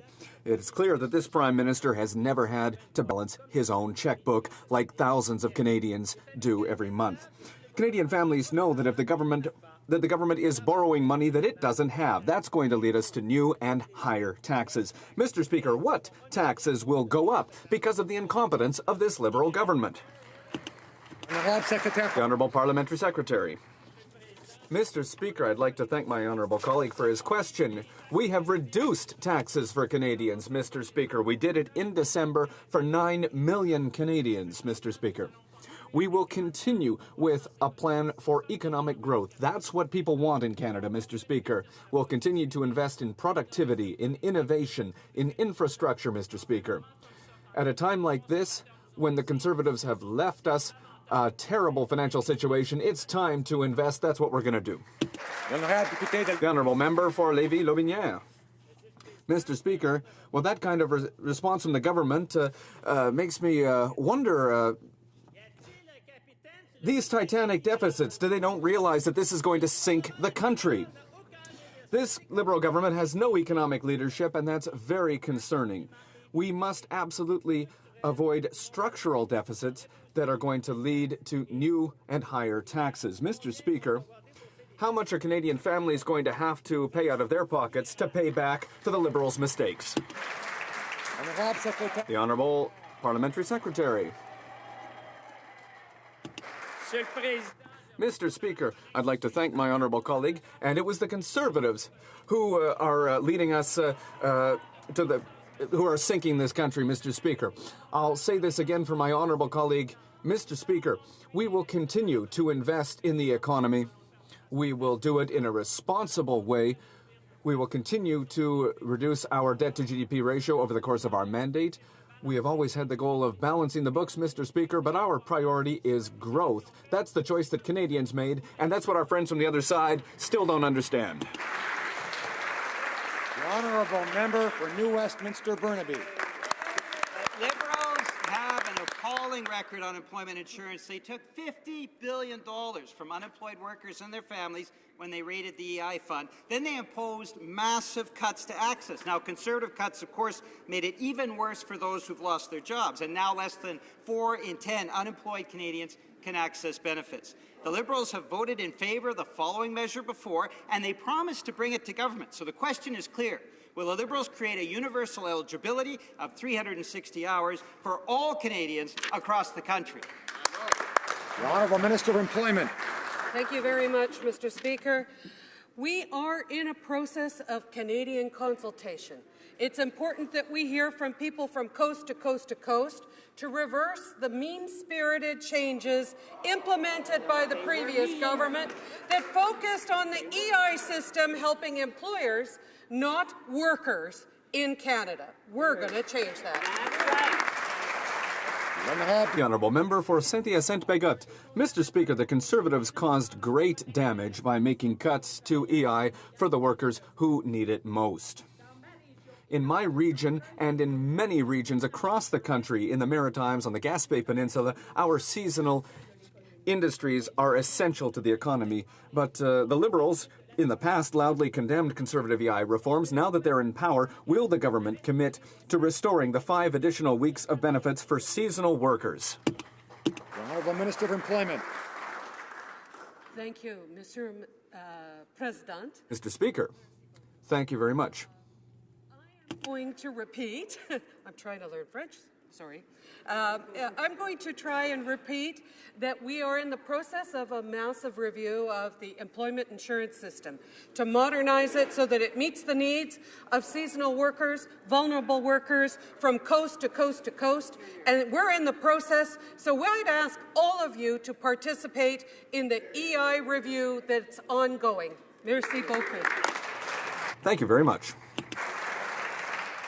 I remind the Honourable Minister to direct her comments to the Chair, and as I said yesterday, when we say you, usually we're talking about the Speaker, and I get a little concerned. The Honourable Member for Saint-Hyacinthe-Bagotte. Mr. Speaker, people need help now, not just evasive answers. Workers still remember today that the Liberals under Paul Martin and Jean Chrétien unscrupulously raided the EI fund to balance their budgets, rather. Over $50 billion taken out of benefits for workers. We all know that the Liberals are going to have huge deficits. Can they answer a very simple question? Is the government planning, yes or no, to keep raiding the EI fund? Honourable Minister of Employment. Thank you, Mr. Speaker. Gives me the opportunity to remind the House that this is the government that ran on a platform to change EI system, which was modified in a set of mean-spirited changes by the previous government, which focused the system to help and subsidize businesses rather than dealing with the needs of Canadian workers. We're busy working on a system to modernize the program. Thank you.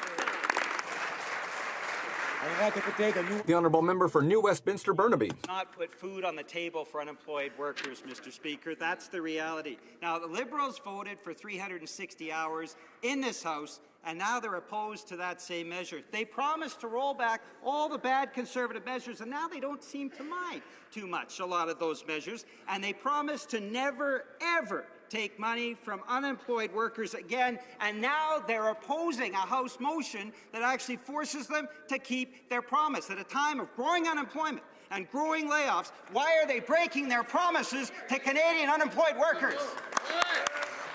The Honourable Minister of Employment.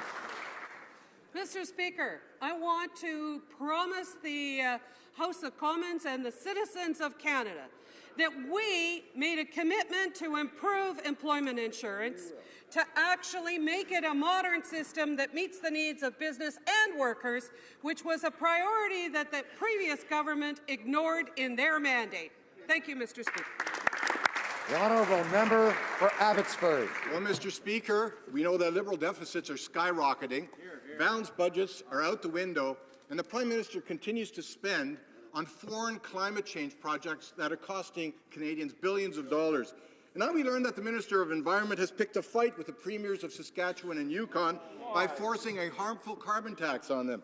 After all the Minister's rhetoric about cooperative federalism and all the warm and fuzzy platitudes about a new relationship with the provinces and territories. What happened? To the minister, what happened to sunny ways? The Honourable Minister of Environment and Climate Change. Thank you. I'd like to thank the honourable member for his question. And actually, I was delighted to share sunny ways with him in Paris, where we went and we did our part to tackle climate change.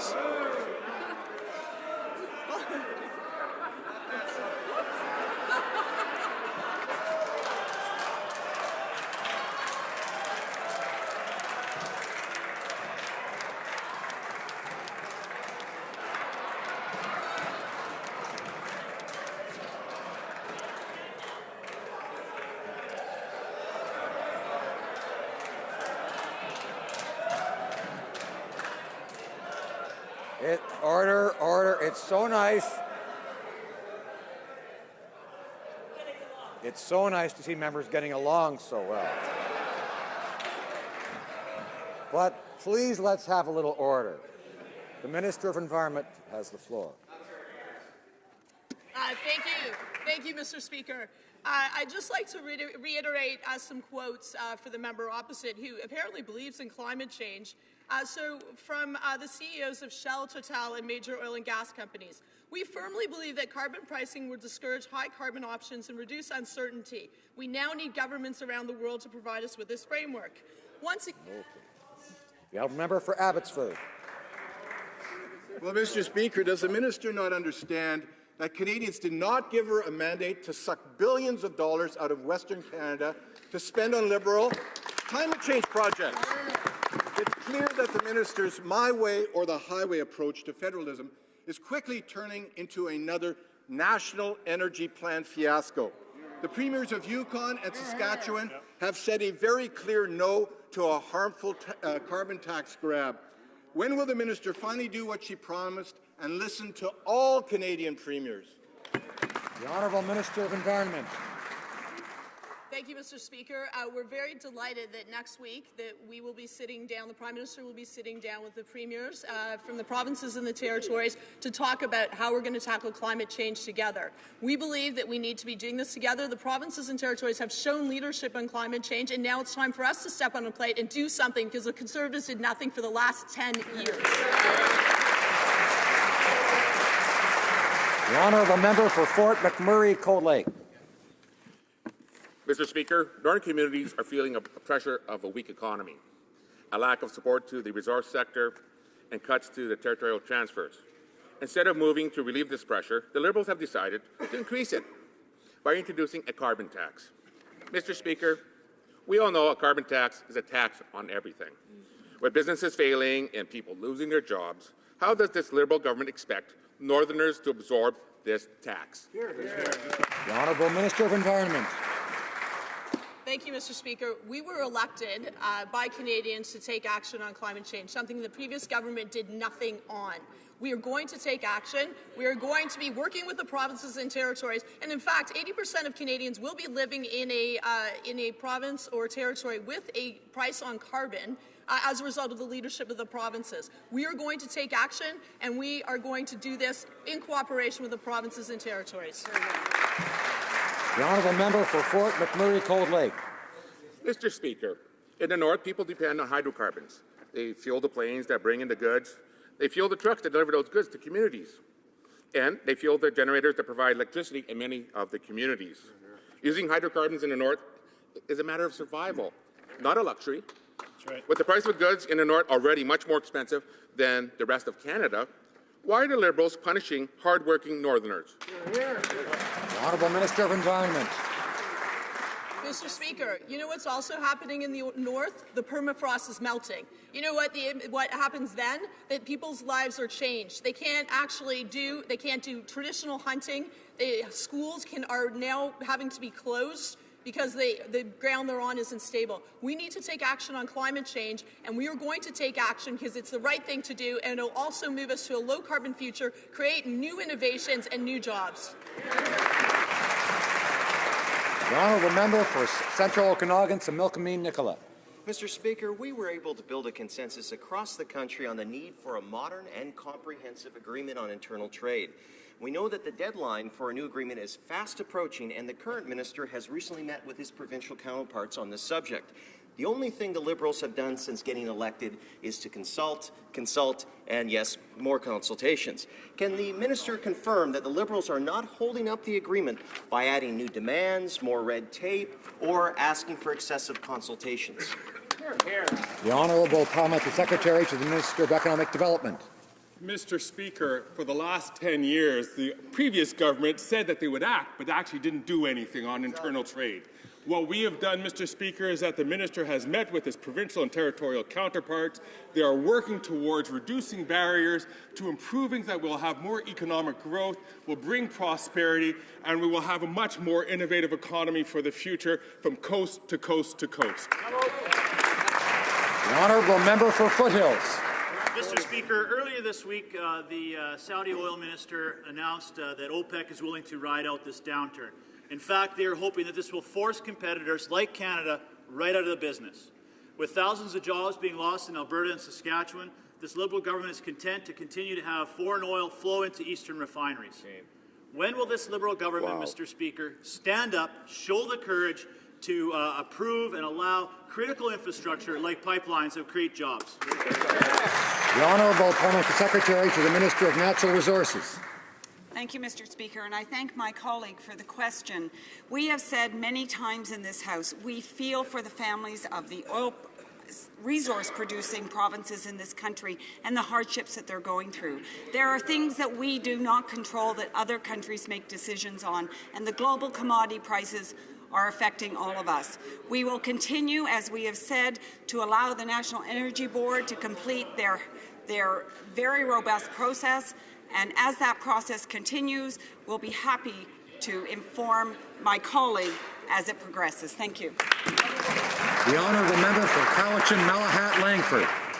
Yesterday, the member for Scarborough Southwest bizarrely accused opposition members of confusion around marijuana laws before he stirred the pot, once again saying, quote, "The only control that is in place is the criminal sanction for the production and trafficking of marijuana." Mr. Speaker, the Parliamentary Secretary to the Minister of Justice seems to be telling Canadians that possession of marijuana is now legal. No wonder Canadians and law enforcement officials are confused. Can the Parliamentary Secretary now clear the haze and clarify his government's position on marijuana? The Honourable Parliamentary Secretary to the Minister of Justice. Thank you, Mr. Speaker, and let me be very clear that the laws of Canada are, in effect, respect for the rule of law is a foundational principle of both this House and of our nation. And until laws are changed by this House, the law is the law is the law. Right on. We have been clear that we are resolved to improve the controls of access to marijuana through strict regulation, and until a new and stronger regulatory regime can be put in place, we must rely on all existing laws to protect our communities and to keep our community safe. And I would remind the member once again, the law is the law is the law. The Honourable Member for Rimouski, Nejet, Témiscouata, Les Basques. Well, Mr. Speaker, that just confirms that since the beginning, this government has been making it up as they go along when it comes to marijuana policy. The Prime Minister says that it's going to be legal in a year. The Parliamentary Secretary doubts that it's going to happen before the end of the mandate. And in the meantime, Canadians are still victims of outdated laws. Like a citizen from my riding who has to spend a year in prison for growing his own cannabis. So I'll ask the question, if the government why can't they do the right thing now by decriminalizing simple marijuana possession today? The Honourable Parliamentary Secretary. Thank you, Mr. Speaker. The only controls that currently exist into the access that our kids have to marijuana is the laws that currently exist in this country. And it would be irresponsible to put our kids and our communities at risk by removing all controls until a new, stronger, clearer regulatory regime can be put in place. The Honourable Member for Red Deer Lacombe. Mr. Speaker, the Government House Leader rose in his place yesterday to speak about the ethical screens put in place for the Justice Minister. The ethical screen, however, does not prevent the Justice Minister from discussing or even voting on projects at the Cabinet table brought forward by her husband's clients. Mr. Speaker, will the Justice Minister finally recognize the holes in her so-called ethical screen and step down from her cabinet committees? Hear, hear. The Honourable Government House Leader. Mr. Speaker, we'll take advice on the appropriate ethical screens from the Ethics Commissioner. I can inform the House that the Minister of Justice and her husband have met with the Ethics Commissioner, and she has confirmed that all the appropriate and required compliance measures are in place, and the Minister and her husband will follow them meticulously. The Honourable Member for Red Deer Lacombe. Mr. Speaker, yesterday this House heard the Justice Minister was the former chair of the First Nations Financial Authority, and now her husband conveniently is their paid lobbyist. We now know that this government is hiding behind ethical smokescreens. The Justice Minister sits on 6 cabinet committees, and she is directly responsible for funding the Aboriginal Justice Strategy. Mr. Speaker, it's clear to Canadians she is in a conflict. When will she do the right thing and recuse herself from these cabinet committees? Hear, hear. The Honourable Government House Leader. Speaker, only that member would find an ethical smokescreen on the Internet. The Ethics Commissioner has in fact posted that all the compliance measures are in place. The Minister will be following them. Let me be clear. Dr. Raybould has 30 years of experience. The member knows that we don't use personal names in the House. We refer to the Minister by their title. Oh, it's her husband. Excuse me. Yes, that you can do. Mr. Speaker, I did know that. That's why I was referring to the Minister's husband, Dr. Raybould, who has a 30-year experience, a PhD from Cambridge in a very specific aspect of business. His business is entirely compliant with the Minister's ethical obligations. The Ethics Commissioner has confirmed that, and that member shouldn't be putting spurious accusations. The Honourable Member for Renfrew, Nipissing, Pembroke. Mr. Speaker, David McNaughton was Dalton McGuinty's right-hand man and helped to run Ontario's economy into the ground. He was the boss of the current Prime Minister's Chief of Staff at the lobbying firm Strategy Corp. For this, he was rewarded with the job as Canada's Prime Minister to the U.S. He recently met with the American ambassador in that role. Problem is, he's still listed as the chairman of that same lobbying company. How can the Liberals think it's ethical to be a lobbyist and ambassador at the same time? The Honourable Government House Leader. Mr. Speaker, the member knows full well that appointments as head of missions are subject to the appropriate controls from the Ethics Commissioner. Obviously, the ambassador would have ensured that all of his previous business arrangements are in compliance with his new roles, and the Ethics Commissioner is the person whose advice we always follow on those matters. For Renfrew, Nipissing, Pembroke. Mr. Speaker, Strategy Corp lobbies the Prime Minister's office, the Privy Council office, Foreign Affairs, and countless other departments. They're even lobbying for the Finance Minister's own company, the firm Orno Chappelle. The ambassador designate is still the chairman of a major lobbying firm that lobbies the very people who appointed him, including the Prime Minister's office. What is it that the Liberals just don't understand about conflicts of interest? Government House Leader. Speaker, the idea that people on this side of the House have any lessons to take from the other side of the House with respect to following the conflict of interest regime is a bit rich. What the member is obviously having trouble understanding is that the Conflict of Interest Act and the code that's applicable is applied by the Independent Ethics Commissioner. Now, if they seem to think there's a significant problem here, they're free to go and meet with the Ethics Commissioner or, in fact, file a formal complaint. The fact that they haven't done so confirms that they know there's no material whatsoever except a question period to stand up and make those accusations.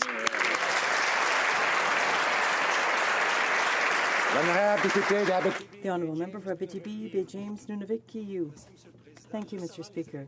Right before the election, the Conservatives secretly imposed a new financial regime for all modern treaties. It runs counter to the treaties, Mr. Speaker, and the Liberals made a commitment to deal with Aboriginal peoples on a nation-to-nation basis. Now is time, Mr. Speaker, for them to keep their word. Will the government suspend the totally unfair and illegal policy? The Honourable Parliamentary Secretary for Indigenous and Northern Affairs. Thank you, Mr. Speaker, and I thank my colleague for his question. We recognize, Mr. Speaker, that the fiscal arrangement that was in place by the former government is not a fair process. It was not done in consultation with First Nations people. In fact, it was imposed upon them. We are undertaking to look at that full fiscal arrangement. We have met with a number of Indigenous governments across Canada and will continue to do so and look forward to implementing a new fiscal framework. The honourable member for Saskatoon West. Thank you, Mr. Speaker. Thousands of Indigenous children abused in residential schools have been denied justice after the government used a legal loophole against them. It has been a month since the Liberals promised urgent action. Not only has this not happened, but today we learned the Oversight Committee won't investigate why the government was allowed to use a legal technicality to deny these legitimate claims. Will the Justice Minister now direct her officials to abandon their legal loopholes and instead start working to bring justice to these victims? The Honourable Parliamentary Secretary to the Minister. No. The Honourable Parliamentary Secretary to the Minister John, go ahead. of Justice. Thank you very much, Mr. Speaker. We certainly are aware of the situation raised by the honourable member. The Department of Justice officials will continue to work with First Nations to resolve these conflicts and these issues. In any given situation, it is ultimately up to the tribunal in question. But we are apprised of the situation and will continue to work cooperatively to get it resolved. Honourable member for Scarborough Rouge Park. Mr. Speaker, 9 in 10 Canadians in the private sector are employed by small businesses across this country. Small businesses are key drivers of the Canadian economy and a vital part of our growth. Could the Minister of Small Business and Tourism explain what this government is doing to encourage and support gender balance among Canada's entrepreneurs and small businesses? The Honourable Minister of Small Business and Tourism. Mr. Speaker, I would like to thank the honourable member for his question, and I agree. Entrepreneurs are key to Canada's prosperity. This week I presented eBay Canada's Entrepreneur Awards, and for the first time, all 3 recipients were women. This government is committed to increasing opportunities for women entrepreneurs, young people, and for underrepresented groups. We are supporting entrepreneurs through programs like BizPal, Canada Business Network, Can Export, and we are committed to reducing the administrative burden so entrepreneurs can grow their business, create jobs, and lead the world in innovation. Thank you, Mr. Speaker. The Honourable Member for Sarnia-Lambton. Mr. Speaker, Kevin Fram is a close personal friend of the Irvings. He's told us that. But as Chief of Staff for the Fisheries Minister, he let himself be lobbied by the Irvings anyway. In spite of that serious lapse in judgment, the Liberal House Leader then hired him as senior advisor. Mr. Speaker, with one minister after another in a conflict of interest, how can Canadians have any confidence in this government? The Honourable Minister of Fisheries. Thank you, Mr. Speaker. Looks like on Friday today we found another fan of that book, Something from Nothing. Mr. Speaker, as Minister, I and my team held many meetings with stakeholders on issues related to my mandate. The individual that the member is talking about was a fine public servant at the time in my department and attended these meetings as my acting Chief of Staff. He was doing his job, Mr. Speaker. He did it well. All the rules were followed. The system works. Thank you, Mr. Speaker. The honourable member for Sarnia-Lambton. Mr. Speaker, the Liberal House Leader is punching holes in his supposed ethics screen with every hire. Case in point is Senior Advisor Kevin Fram, who shares the same glaring conflict of interest as his boss. We know this because Fram declared his close personal friendship with the Irvings over a decade ago. Mr. Speaker, how can the House Leader possibly maintain any credibility on ethics when his entire office is tied to the Irvings? The Honourable Minister of Fisheries.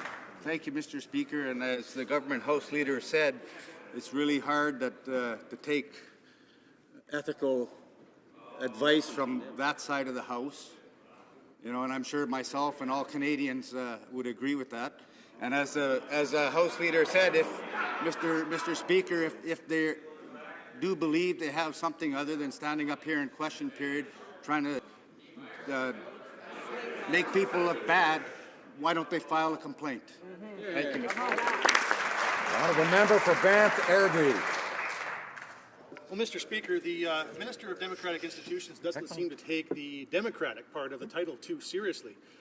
Alberta elects senators through Senate nominee elections. However, when appearing at a Senate committee on Wednesday night, the minister confirmed that the Liberals have no intention of abiding by this democratic process.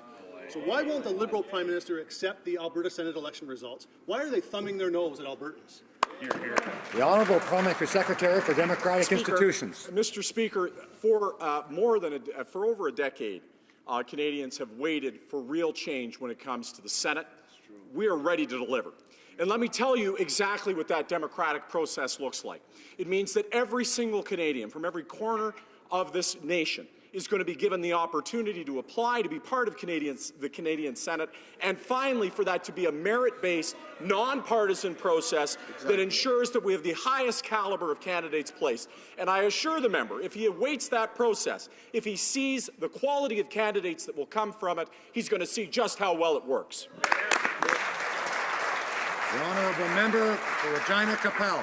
Mr. Speaker, we just heard from the Parliamentary Secretary, the Minister of Justice, tell the House that, quote, a law is a law is a law, and that all laws need to be followed in Canada. Now, we are hearing from many on-reserve First Nations people who are disturbed that the government is not enforcing the law, the First Nations Accountability Law that allows First Nations people to know how their band is spending their money.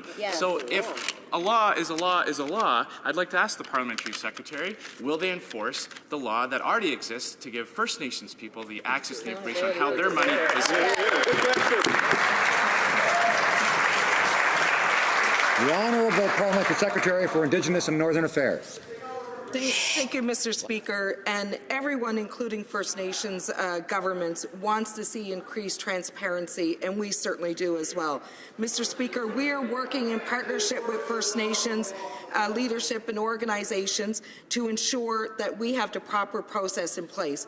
We do not believe in a top-down process. We believe in working together collaboratively to implement solutions to these transparency requirements. And in fact, Mr. Speaker, they are required to table these documents with their band councils. The Honourable Member for Vancouver East. For years, successive Liberal and Conservative governments mismanaged Canada's immigration program, creating huge backlogs and long wait times, who are forced to live in uncertainty or to be separated for long periods of time. It currently takes nearly a year and a half to sponsor a child and more than 2 years to sponsor a spouse. Can the minister explain and inform this House what concrete actions he will take to shorten wait times and to help reunite families quickly? The Honourable Minister of Immigration. I thank the Honourable Member for her question, and I am entirely in agreement with her that the current situation is a mess when families' waiting times have ballooned, mushroomed over the last decade, and it is my single top priority to bring those processing times down sharply over coming years. And the House will hear, Canadians will hear, that we will have a very concrete, specific plan, specific targets to get this job done as quickly as possible. The Honourable Member for Vancouver East. Platitudes are no replacement for action, Mr. Speaker. As a proud immigrant Canadian, I know the importance of having family around you when you're new to a country. Parents and grandparents are key supports in a family unit, but some families are waiting up to 10 years to be reunited, and that's when they're able to submit an application at all. This program needs more than a simple increase to the application quota. It needs a total overhaul. Will the minister fix the program so that families can be reunited quickly? The Honourable Minister of Immigration. Well, as I said just before, I basically agree with the propositions of the Honourable Member, and I would point out that in our platform we committed to double from 5,000 to 10,000 the number of parents and grandparents that could apply every year. That has been done. We promised to increase the budget for family class unification. That may well be done in the budget to come. So we are on track on this, but we appreciate the urgency that she conveys, and I can promise that we will move as quickly as possible to achieve these The honourable member for Kitchener-Conestoga. Mr. Speaker, the Canadian Cancer Society recently issued a report that shed some very discouraging light on the state of palliative care in Canada. But instead of dealing with this sad fact first, as their number one priority, the Liberal government seems to be focusing all their efforts on physician-assisted suicide. Why is the Liberal government working so hard on a plan to allow living people to die rather than helping dying people to live? Great. The honourable comment, the Secretary to the Minister of Justice. Thank you very much, Mr. Speaker, and I'd like to thank this member for the question and also for his excellent work on the Joint Committee on Physician-Assisted Death. As he knows very well, we've been placed in a bit of a situation where there's a hard deadline to meet. So the efforts towards coming to a response in the Carter decision is one that is driven by the court. It is not exclusive to the efforts that need to be taken to improve the system of palliative care in this country. These are not mutually exclusive. We are and we should be working on both at the same time. The honourable member for Langley Aldergrove. Mr. Speaker, Canadian seniors have worked hard to build our great country. Seniors deserve dignity, our thanks, and our respect. 1 in 6 Canadians is a senior. Seniors are also one of Canada's most vulnerable groups. The Liberal euthanasia plan will put our seniors at risk, especially seniors with dementia. The Liberal euthanasia plan is a dangerous plan that ignores instructions from the Supreme Court of Canada. Why isn't the Prime Minister protecting our most vulnerable Canadian seniors? The honourable parliamentary secretary. Thank you very much, Mr. Speaker. And again, I'd like to thank that member for the question and for his excellent work on the committee. The tone of the question is truly unfortunate because the committee did work so well together, and we are going to be relying on all parliamentarians to take very seriously the responsibility that the minister identified to protect our most vulnerable, while at the same time respect the decision of the court. That is a process that has been given a key initial stage with this report, but it's a process that will continue through the crafting and the debate of the legislation here and in the Senate. The honourable member for Calgary Confederation. Mr. Speaker, a man I know personally and consider a friend now faces 11 years behind bars in a foreign country.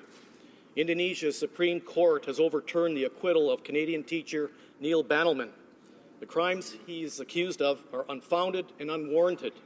Rather than hearing platitudes about the Canadian Embassy being in contact with the family, I would like to ask the Minister if he has spoken to his Indonesian counterpart, and what assurances was he able to secure that this miscarriage of justice will not continue? The Secretary for Foreign Affairs, Consular Affairs.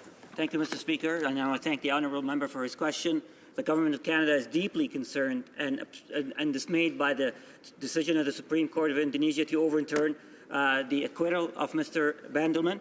I have personally spoken with the brother of Mr. Bandelman yesterday, and I reiterated our commitment to work with him on this case.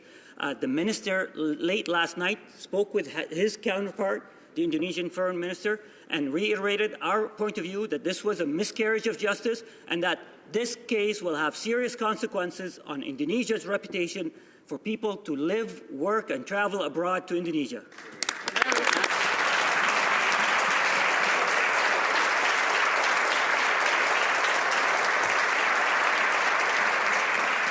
The honourable member for Miramichi Grand Lake. Mr. Speaker, the Minister of Foreign Affairs was abroad this week to discuss important issues such as security with his counterparts. Can the Parliamentary Secretary to the Minister of Foreign Affairs inform this House of the various meetings he participated in and the reaction of the international community as regards the important work that Canada is accomplishing abroad? The Honourable Parliamentary Secretary to the Minister of Foreign Affairs. I'd like to thank my colleague for his question. Met with his German counterpart and discussed pressing global challenges such as the fight against ISIL, mass migration, and the situation in Ukraine. In Turkey, the minister participated in the High-Level Partnership Forum on Somalia, where Canada received much praise from the President of Turkey for Canada's engagement in the Syrian refugee crisis. Monsieur le Président, Mr. Speaker, under this government, our partners internationally consider Canada a strong ally, cooperative, and a friend. Thank you. The honourable member for Calgary Forest Lawn. Thank you, Mr. Speaker. Mr. Speaker, the cyclone that hit Fiji last weekend has caused massive damage and left a trail of destruction that requires a major recovery effort. International teams are being deployed as we speak to assist Fijians in the time of need. Canada is a home to a dynamic Fijian diaspora, many of them in my own riding, and they stand ready to lend their support to any government effort. Can the Parliamentary Secretary for International Development tell Canadians what the government is doing to assist Fiji in its recovery efforts? Honourable Parliamentary Secretary for International Development. I'd like to thank my colleague for the excellent question. Mr. Speaker, I think that my colleagues will join me in expressing Canada's compassion to those people. Canada made an initial contribution through the Disaster Assistance Fund to provide assistance through the Red Cross. Our ambassador to New Zealand is in regular contact with the Fiji authorities. We will continue to monitor the situation to ensure that humanitarian needs are met and to provide additional assistance if necessary. Thank you. The honourable member for Surrey Centre. Mr. Speaker, and I reiterate the member on the other side's question. Cyclone Winston, a Category 5 hurricane, just struck the island nation of Fiji. Thousands of homes were destroyed and even more people have been displaced. My riding of Surrey Centre, along with many others across this country, are home to thousands of Fijian Canadians who have loved ones in Fiji. Canada has a long and rich history of responding when our friends are in need. Would the Minister of International Development please tell the House what Canada is doing to assist? Honourable Parliamentary Secretary. Mr. Speaker, I would like to thank the honourable member from Surrey Centre for his question and his dedication to this file. We all join in expressing Canada's sympathy to the people of Fiji who are dealing with the devastating impacts of Cyclone Winston. Canada has made an initial contribution through the Emergency Disaster Assistance Fund to support the Red Cross's emergency relief operation in Fiji. We are providing emergency shelter and essential relief items to approximately 5,000 people affected. We are in regular contact with officials in Fiji to ensure that their current needs are being addressed and are prepared to support a larger appeal when the longer-term needs are better known. Thank you. The honourable member for Richmond Arthabaska. Mr. Speaker, since Wednesday we know that the court deems it acceptable to grow medical marijuana at home, and everyone knows that the Liberals plan to make this substance available to all. So I assume that the Liberals consider that it will be legal for people to grow cannabis in their gardens beside the carrots and the cucumbers or in their basements. Now, if that's the case, Mr. Speaker, marijuana will be more accessible to children and difficult to control. What will the government do? What does it intend to do to keep marijuana out of our children's reach? The Honourable Parliamentary Secretary for Health. Thank you, Mr. Speaker. And the member opposite is well aware that the LR decision was for medical marijuana for people that are ill and they need, and it's prescribed by medical professionals. And they must have access to it. The LR decision was, of course, released, and it is important that we take necessary steps and time to examine it. And we will be consulting with our colleagues, the Minister of Justice, as well as the Attorney General of Canada on this court's ruling. And once we've had time to study the implications, the government will be considering the next steps. Thank you. Monsieur le Président, toute la semaine, le ministre des Transports. All week, the Minister of Transport repeated how proud and happy he was that Air Canada is not required to comply with the law. As a result, 1,800 Avios workers who've lost their jobs have no further recourse. The minister made a choice to side with those at fault. Now, instead of singing the same old song today, I'll give the government an opportunity to provide the workers and their families with a respectful answer. Why is he refusing to enforce his own act? The Honourable Parliamentary Secretary to the Minister of Transport. Thank you very much, Mr. Speaker. The Government of Canada is pleased by Air Canada's announcement of its intention to purchase Bombardier C-Series aircraft. The C-Series is a major advancement in aviation, and I'm certain this addition to the Air Canada fleet will be a major benefit both to that company and to Canada's aerospace sector. I further commend Air Canada's intention to facilitate the creation of a centre of excellence on aircraft maintenance in Quebec, which will create additional employment opportunities in this sector. Thank you, Mr. Speaker. The Honourable Member for Repentigny. Mr. Speaker, in 2012, at a demonstration attended by the current Prime Minister, he gave his word to the workers of Avios, and he said, I quote, "It's so unfortunate to have to demonstrate to ask a law and order government to respect the law." More recently, he said, "It's not true that our best resources are in the ground somewhere, where our best resources are our human resources." Is that what it means for a Prime Minister to keep his word? The Honourable Parliamentary Secretary. Mr. Speaker, I reiterate that, of course, the Government of Canada is pleased by Air Canada's announcement of its intention to purchase the Bombardier C-Series aircraft. It's a major advancement in aviation. I'm certain this addition to the Air Canada fleet will be of major benefit, both to that company and to Canada's aerospace sector across the country. Thank you, Mr. Speaker. The Honourable Member for La Pointe de Lille. Mr. Speaker, the group in charge of the Transport Canada review set up by the Conservatives tabled its report yesterday, and it contains utterly ridiculous recommendations, such as replacing pilots on the St. Lawrence with drones. But there's nothing in terms of recommendations to strengthen or improve railway safety. Nothing. Instead of listening to the Conservatives, will the government finally listen to the cities of Quebec and require railway companies to provide them with real-time information on trains passing through their areas? And will they demand the withdrawal of the DOT 111 cars? The Honourable Parliamentary Secretary. Happy to be able to talk about the Canada Transportation Act. The report from the Canada Transportation Act review embodies many months of hard work and significant public consultations. We're pleased that stakeholders across Canada were active in providing their perspectives on the challenges and opportunities facing transportation in the years ahead. And in the coming weeks and months, this government will be engaging with public and private stakeholders with a view to setting a forward agenda for transportation in Canada in the future. Thank you.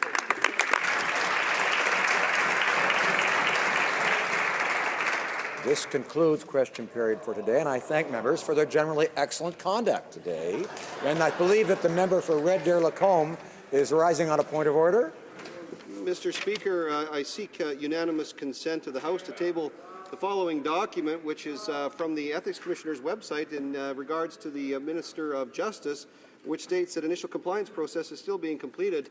There are no clearly defined rules from the Ethics Commissioner. I'd seek unanimous consent to table this. Does the honourable member have the unanimous consent to table the document? No, he does not.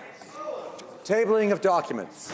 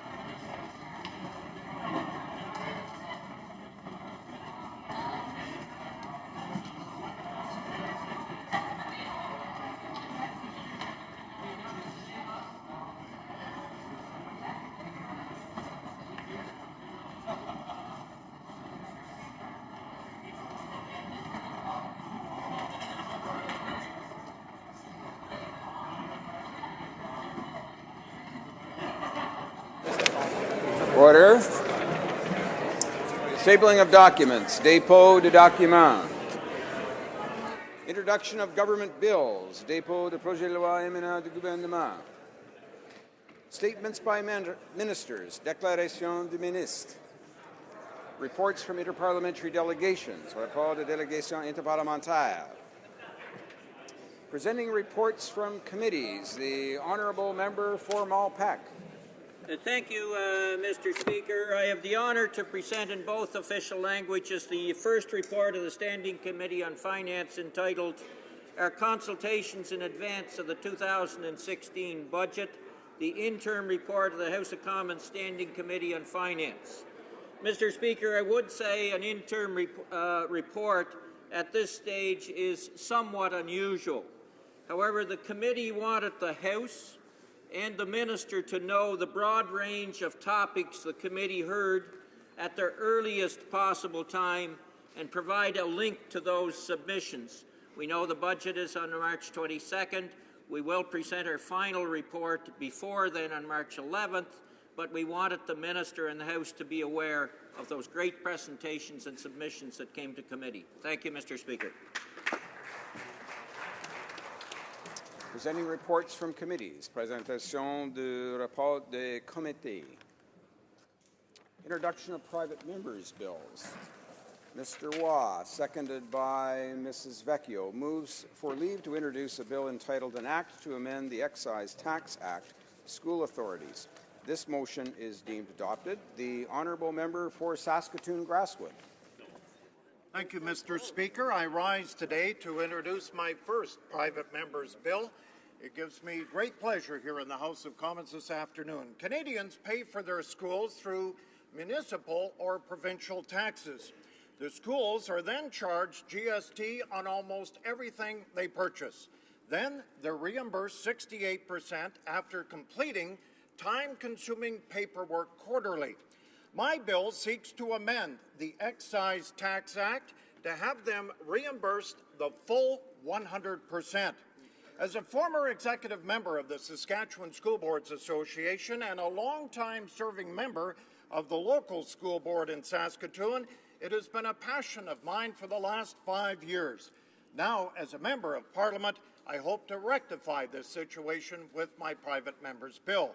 It is such a simple statement and an amendment of only 30 words. That's all. It's so little, and it would mean so much to so many in our classrooms in this great country of Canada. I hope my colleagues will support my bill today.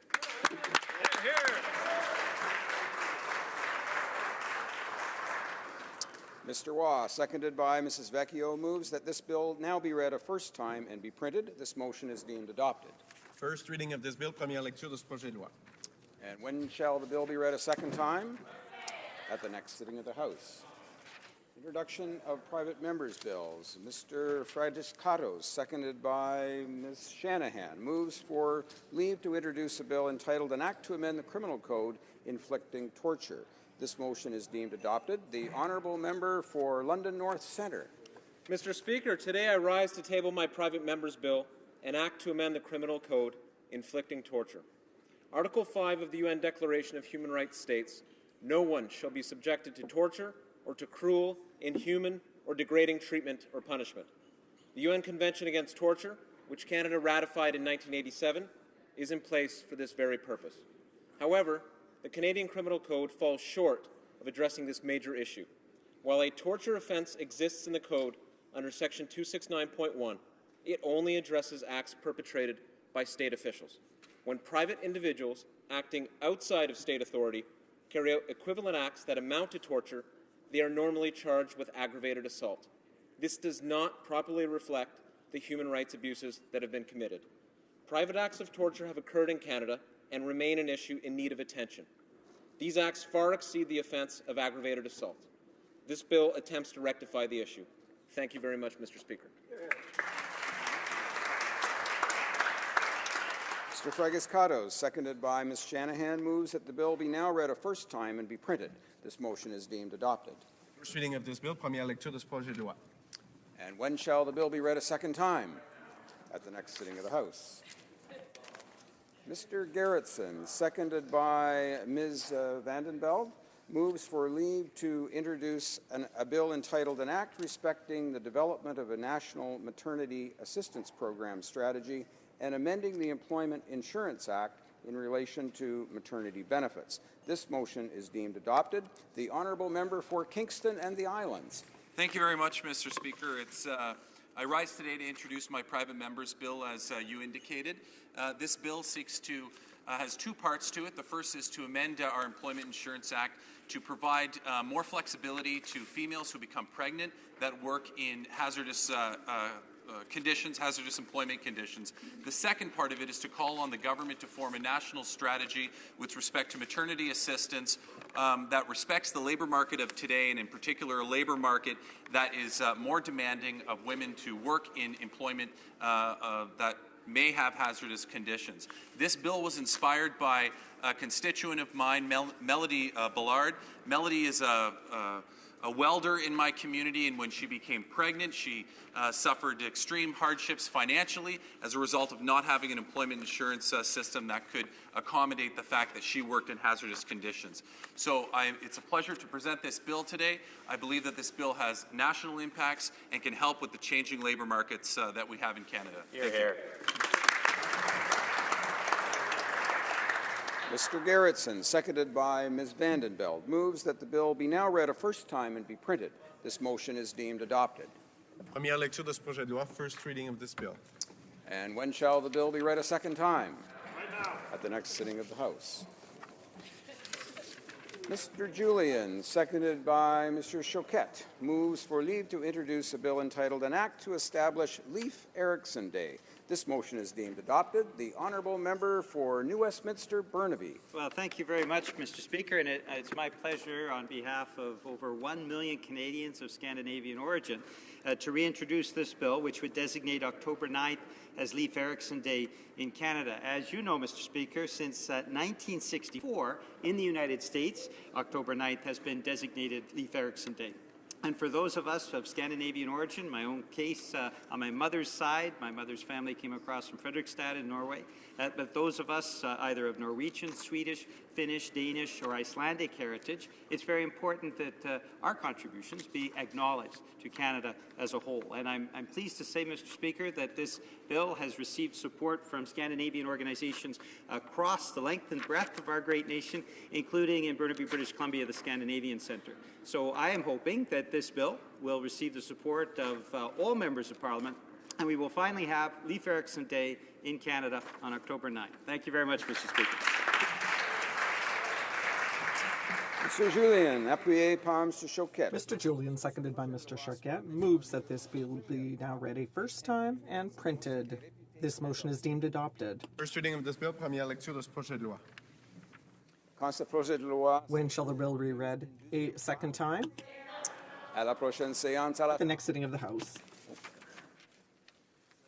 Madame Ms. Sanssouci, seconded by Mr. McGregor, moves for leave to introduce a bill entitled An Act Concerning the Development of a National Poverty Reduction Strategy in Canada. This motion is deemed adopted. The Honourable Member for Saint-Hyacinthe-Bagotte. Thank you, Mr. Speaker. It is a great honour for me to introduce my first private member's bill seeking to reduce poverty. Having worked in the community sector my entire life, I have always worked to build a fairer and more inclusive society. So, in the same vein, I am tabling this bill seeking to develop a national poverty reduction strategy in Canada. As a progressive opposition party, we care about working to reduce social disparities and to build stronger communities. It is high time that the federal government show leadership, and that depends on the adoption of this bill. This is a large-scale initiative seeking to combat and reduce poverty. We need to act now, and I urge all of my colleagues, members of all parties represented in this House, to adopt my bill at second reading. Thank you, Mr. Speaker. Madame Sanssouci. Ms. Sanssouci, seconded by Mr. McGregor, moves that this bill be now read a first time and be printed. This motion is deemed adopted. First reading of this bill. When shall this bill be read a second time? At the next sitting of the House. Mr. Erskine Smith, seconded by Mr. Holland, moves for leave to introduce a bill entitled An Act to Amend the Criminal Code, the Fisheries Act, the Textile Labeling Act, the Wild Animal and Plant Protection and Regulation of International and Interprovincial Trade Act, and the Canada Consumer Product Safety Act, Animal Protection. This motion is deemed adopted. The Honourable Member for Beaches, East York. Speaker, I rise today to introduce the Modernizing Animal Protections Act, a bill to help bring our country's animal welfare laws into the 21st century. This bill addresses three specific and achievable goals. First, it aims to end the cruel practice of shark finning by banning the importation of shark fins. Second, it aims to strengthen and modernize our criminal code, from closing loopholes related to animal fighting to introducing a gross negligence offense for animal cruelty, as proposed by former Liberal governments through the Honourable Anne McClellan and Irwin Cotler. Third, it aims to ban the sale of cat and dog fur in Canada and to require source fur labeling. Canadians across our country, from farmers to pet owners, we care about animal welfare. We expect our leaders and our legislators to protect those who cannot protect themselves. Our government ran on a platform of fairness, Mr. Speaker, and this bill directly addresses the fair treatment of animals in our society. Mr. Erskine-Smith, seconded by Mr. Holland, moves that the bill be now read a first time and be printed. This motion is deemed adopted. First reading of this bill, première lecture de ce projet de loi. And when shall the bill be read a second time? At the next sitting of the House. Mr. Secan, seconded by Mr. Warra. There he is. Moves for leave to introduce a bill entitled An Act to Amend the Criminal Code, Passive Detection Device. This motion is deemed adopted. The Honourable Member for Mississauga-Streetsville. Thank you, Mr. Speaker. I'm honoured to introduce a bill on behalf of Canadians who have been affected by a drunk driver, and I would like to thank the member opposite from Langley Aldergrove for his wonderful support with this. Impaired driving continues to be the leading criminal cause of death in Canada, claiming almost twice as many lives per year as all categories of homicide combined. Mr. Speaker, over 1,000 Canadians are killed every year because of someone that chose to drive while impaired or drunk when they should have taken a taxi or a bus. This bill will amend the wording of the criminal code to call this what it really is: vehicular homicide. This bill will also authorize the use of passive alcohol sensors by peace officers as an aid to use during roadside stops or ride programs. This passive device provides an easy, reliable, and non-intrusive method of efficiently screening drivers with minimum delay. This type of device has been used in other jurisdictions by peace officers and has proven highly effective. It gives me great pride to introduce this bill that will ultimately keep our roads safer. Thank you. Mr. Secan, seconded by Mr. Warra, moves that the bill be now read a first time and be printed. This motion is deemed adopted. Première lecture de ce projet de loi, first reading of this bill. And when shall the bill be read a second time? At the next sitting of the House. Introduction of private members' bills. The Honourable, we'll take a point of order. The Honourable Member for Regina Capel. Yes, Mr. Speaker, thank you very much. I'm not introducing a private member's bill. I just do have a point of order. I'm wondering if I can seek unanimous consent to the House to table the fiscal monitor for November and December to assist the Parliamentary Secretary and the Minister of Finance in their answers, because this clearly does show that the Conservative government did leave a surplus for the Liberals. So I'd like consent to table these two reports. They're from the Finance Minister's own department, so I'm hoping the Liberals will want to read them. Does the Honourable Member for Regina Capel have the unanimous consent of the House to propose, or pardon me, to table these documents? Not seeing any consent. First reading of Senate public bills. Motions. Motion. Presenting petitions. Présentation de pétitions. The Honourable Member for Kingston and the Islands. Thank you very much, Mr. Speaker. On behalf of approximately 580 constituents in my riding, I'm here to present a petition regarding a fair electoral representation. The individuals in this petition are demanding a fair voting system. They want equal and effective votes for their votes to be represented in Canada, and more specifically, they're asking for proportional representation. Thank you, Mr. Speaker. Presenting petitions. Presentation de petition. The honourable member for Langley Aldergrove. Thank you, Mr. Speaker. I'm honored to present this petition from constituents. It highlights that in the last Parliament, House of Commons unanimously passed a motion calling on the government to create a national strategy on palliative care to ensure that every Canadian has access to high-quality palliative care at the end of their life. And it says that it's impossible for a person to give informed consent to assisted suicide if palliative care is not available, therefore calling on the government to ensure that adequate palliative care is provided to anyone considering assisted suicide. Presenting petitions. Presentation de petition. The honourable member for South Okanagan, West Kootenay. Thank you, Mr. Speaker. I would like to present a petition to the House from constituents in my riding of South Okanagan, West Kootenay, who point out that our present electoral system produces a parliament where the number of MPs for each party does not reflect the number of voters who supported that party. They ask that the House undertake public consultations across Canada to amend the Canada Elections Act and introduce a form of real proportional representation after those consultations. Thank you. Presenting petitions. The honourable member for London West. Thank you, Mr. Speaker. I would like to take this moment to table a petition signed by 125 residents of London West and southwestern Ontario regarding the issue of electoral reform. The signatories call for the Government of Canada to hold public consultations throughout the country, amend the Canada Elections Act, and introduce a suitable form of proportional representation. Thank you, Mr. Speaker. Presenting petitions. The honourable member for Kamloops, Thompson, Caribou.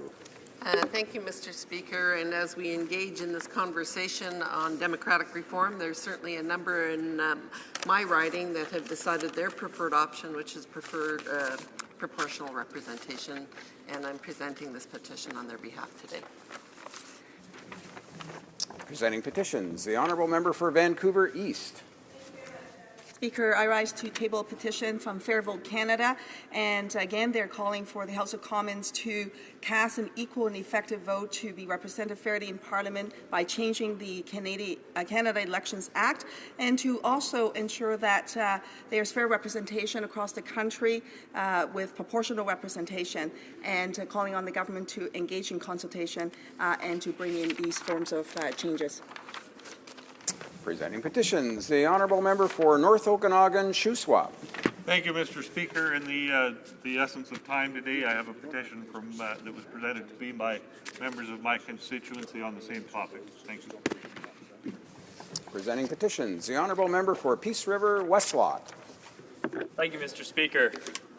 In December of 2014, Cassandra Cake was murdered, and she was pregnant. 31 weeks pregnant with her preborn daughter, Molly. Mr. Speaker, Molly matters. I have here a petition of over 100 people from my constituency and the town of Westlock that feel that this needs to be amended. Our current criminal code has no protection for the preborn human. Therefore, we'd like to present this motion that the Parliament of Canada would inspect this and see if we can come up with legislation to protect the preborn human. Thank you. Presenting petitions. The honourable member for Lanark, Frontenac, Kingston. Thank you, Mr. Speaker. Like a number of other members, today I have a petition that has been prepared by an organization called Fair Vote Canada. In my case, I was approached by a number of their members. They gave me several pages, asked me to present it here today, which is, I suspect, why so many others have similar petitions. They were probably approached in the same manner. At any rate, the subject matter here is that the petition argues that first past the post electoral system is unfair and proposes that the best alternative is a proportional system. They seem to favor a multi-member proportional, which is certainly one of the options that will be under discussion over the next year as we look at different forms of voting system for this country. Thank you, Mr. Speaker. Presenting petitions. The honourable member for Red Deer, Lacombe. Well, thank you very much, Mr. Speaker. I have a number of petitions to table today. I have two petitions in my hand right now from residents in central Alberta that basically outline the fact that Canada is one of the only nations, modern nations in the world that does not have any laws around prescribing abortion and any policy restricting that, and calls upon this House to enact legislation to address that particular issue. I have another petition here, two petitions actually signed by many people in Central Alberta as well, that ask the government and the House of Commons to put legislation in place that prevents sex-selective abortions, which is an atrocious thing that can happen in our nation, Mr. Speaker. And of course, last but not least, I have another petition from folks in Central Alberta that want to see legislation that would recognize victims that are preborn. So thank you very much, Mr. Speaker. Presenting petitions. Présentation de pétitions. Questions on the order paper. The Honourable Parliamentary Secretary to the Government House Leader. Yes, thank you, Mr. Speaker. I would ask that all questions be allowed to stand at this time. Is that agreed?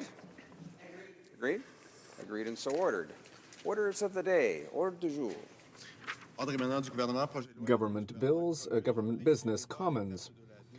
Resuming debate at second reading of Bill C4, an act to amend the Canada Labour Code, the Parliamentary Employment and Staff Relations Act, the Public Service Labour Relations Act, and the Income Tax Act. When the House last took up the question, the Honourable Member for Peace River Westlock had 5 minutes remaining for the period for questions and comments. So we'll go to that now. Questions and comments. The Honourable Parliamentary Secretary to the Government House Leader. Yes, thank you, Mr. Speaker. And maybe if I can ask the member to just reflect on the past election, where there was a commitment that was given from the leader of the Liberal Party then that the Conservative government had brought imbalance in terms of labour legislation by bringing forward two private members' bills without proper consultation, going through the proper norm of working with the different stakeholders, and made a commitment. And the commitment was to restore balance, and that's why we have this bill before us today, Mr. Speaker, and asking if the member would at the very least recognize that the legislation that he is in all likelihood going to be voting against is in fact a piece of legislation that's here today to rectify a wrong that was conducted by the previous Conservative government, and it was, in fact, an election commitment. Would he be suggesting that the government not keep that election commitment? Honourable Member for Peace River Westlock. Thank you, Mr. Speaker, and I thank the Honourable Member for his question. He started out his question by referencing private members' bills, and I think that's a very important aspect in this whole debate, is that during the last election, or last parliament, in fact, I think that was unprecedented numbers of private members' bills were passed. And I think that speaks to the level of democracy that took place in this place, is that everybody was able to bring forward things that they were passionate about, things that spoke to their riding. And so I think if I am correct, and the member may correct me, if I'm correct, I think 42 private members' bills were passed in the last parliament, and that was unprecedented. So when the speaker talks about being democratic, that was being democratic. One of the other things that comes with democracy, like the pinnacle of democracy, I always caution people to say that democracy is all about elections and votes, essentially. A vote and a secret ballot, that's the pinnacle of democracy. But there's a whole bunch of other things that come with living in a democratic society. And one of those things is like the freedom of association, the freedom of expression, these kinds of things. So those are other aspects that must come into play. Thank you. Questions and comments. The Honourable Member for Kamloops, Thompson Caribou. And I want to pick up on the secret ballot component because I think that's one of the most egregious changes in this bill. And, you know, this is something that is to protect the employee. It is not in favor of the union. It is not in favor of the employer. It is something that allows the employee to exercise their democratic rights in private. So I would like my colleague to talk a little bit more about the importance of that piece and that component of the legislation that we're moving back from. Honourable Member for Peace River Westlock. Thank you, Mr. Speaker. I thank my colleague for that question. that she is exactly correct when she says that we are standing up for workers' rights. We are the only party that stands up for the Canadian worker.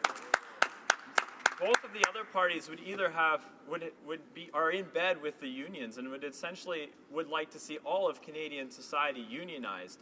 It is interesting that earlier in this debate, one of the members mentioned that we should have mandatory times when the organization should have a vote to see if they want to be unionized. It's an interesting idea, but I haven't seen if being in bed with the unions, if that was something that they wanted, do unions from time to time have a vote to see if everybody wants to continue with the union? That's one of the things that I have never seen, and I don't think that it's going to be a viable option even. So, thank you, the member for the question.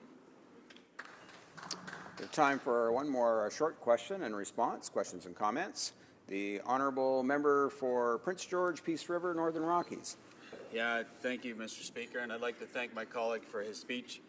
And I think in context of the discussion today is talking about workers, and I'd like to say that I'm a former carpenter. I still am a carpenter. I still have my card that I carry in my wallet today.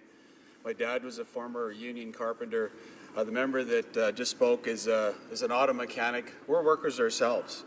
And so I think it's in context, our debate today.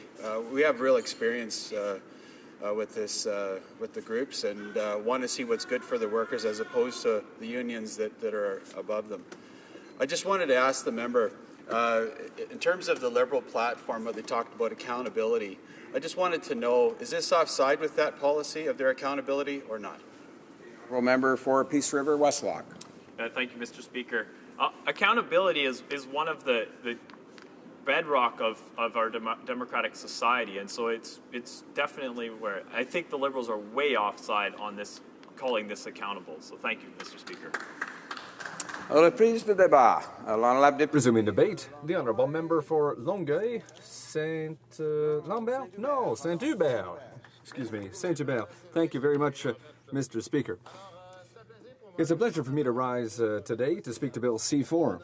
Indeed, it won't surprise anyone to know that I'm supporting this bill at second reading. We've spent the last 10 years of undergoing the constant assaults from the previous Conservative government when it came to labour rights.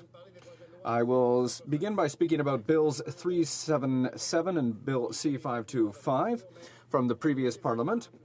But we've seen some very concrete examples in the last few years of this assault on labour rights, particularly the rights of workers at Canada Post, CBC Radio Canada, and we know that unions have brought many advantages to this country. For example, a unionized worker, on average, earns $5 more an hour than a non-unionized worker.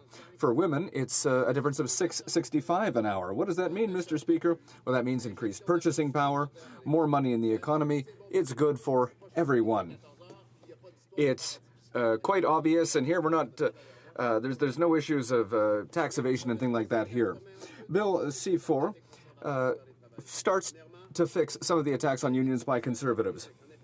For example, this will avoid a number of legal fights. According to our analysis and the analysis of the Privacy Commissioner of Canada, Bill C-377 went against the Canadian Charter of Rights and Freedoms, and it would undoubtedly have been struck down by the courts because the bill violated freedom of association and privacy rights. So I find it insulting that the previous government was determined to table such a bill, which they knew would be struck down by a court. Why did they do this? Well, by pure and simple ideology.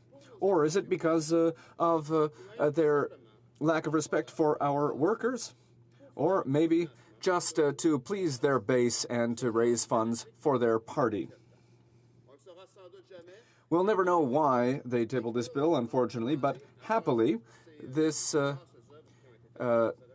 law is being changed. We've been told by the Conservatives that this bill was tabled in favor of sacrosanct transparency, but they haven't said that unions are already required to communicate their financial information to their members. That's not negotiable, and it's not mentioned enough here. If we go to the heart of Bill 377, which imposed a number of very detailed and costly requirements on unions, the Conservatives forced it through, despite the fact that it was opposed by constitutionalists, by the NHL Players Association, by Conservative and Liberal senators, by experts in personal information, by the Canadian Bar Association, and many others. So we're not the only ones that are happy that Bill C-4 is before this House and that it is being passed quickly. According to estimates from the PBO, applying Bill C-377 would have cost much more than the $2.4 million that was planned by the Canada Revenue Agency. It's been estimated that over the first 2 years it would cost almost $21 million to the CRA to establish the necessary electronic database and about $2.1 million annually to maintain that system. And now I'm not even talking about all the lost hours for each union as they attempt to respect these requirements, as if that was the only thing they had to do. So getting rid of Bill 377, in my opinion, that's going to save many millions of dollars for the government and for unions. I'll quote the president of a major national union, a union that represents NDP employees, who said that UFCW is pleased to see the government tabling Bill C-4. Our union campaigned vigorously against the Conservative government's Bill 377 in the last Parliament. The bill was undemocratic and part of the Conservative government's campaign against workers and workplace democracy. It was also a major invasion of the privacy of individual union members, and it infringed on provincial jurisdiction over labour issues. Repealing Bill C-377 is positive for all Canadians, as this bill would have been expensive for the government to implement and monitor. And so that's a quote from the president of UFCW. So that's the first part of Bill C-4. Now moving on to C-525, which was designed to make it more difficult for workers to unionize. It also involved revocation of accreditation. Now, what struck me with this bill was that it was based on, well, nothing in fact, absolutely nothing. And the changes made were made without there being any proof that the previous means of accrediting a union were problematic. I'll summarize the facts. Approximately 10% of workers are under federal jurisdiction, and there are several unions that they represent in the public service, at Unifor, and elsewhere. In the past, a union was accredited automatically when more than 50% of employees signed a card indicating they wanted to unionize. When 35 to 50% of members signed a card, it triggered an election process. Under Bill C-525, they wanted to increase that from 35 to 40%, i.e. the threshold required to trigger the election process. And it would have also prescribed verification cards for automatic accreditation. Now, this is another example of contempt by the government to workers. It's a backward example, and it denies the fact that there are many situations where unions inject hundreds of millions of dollars into the economy each week, and this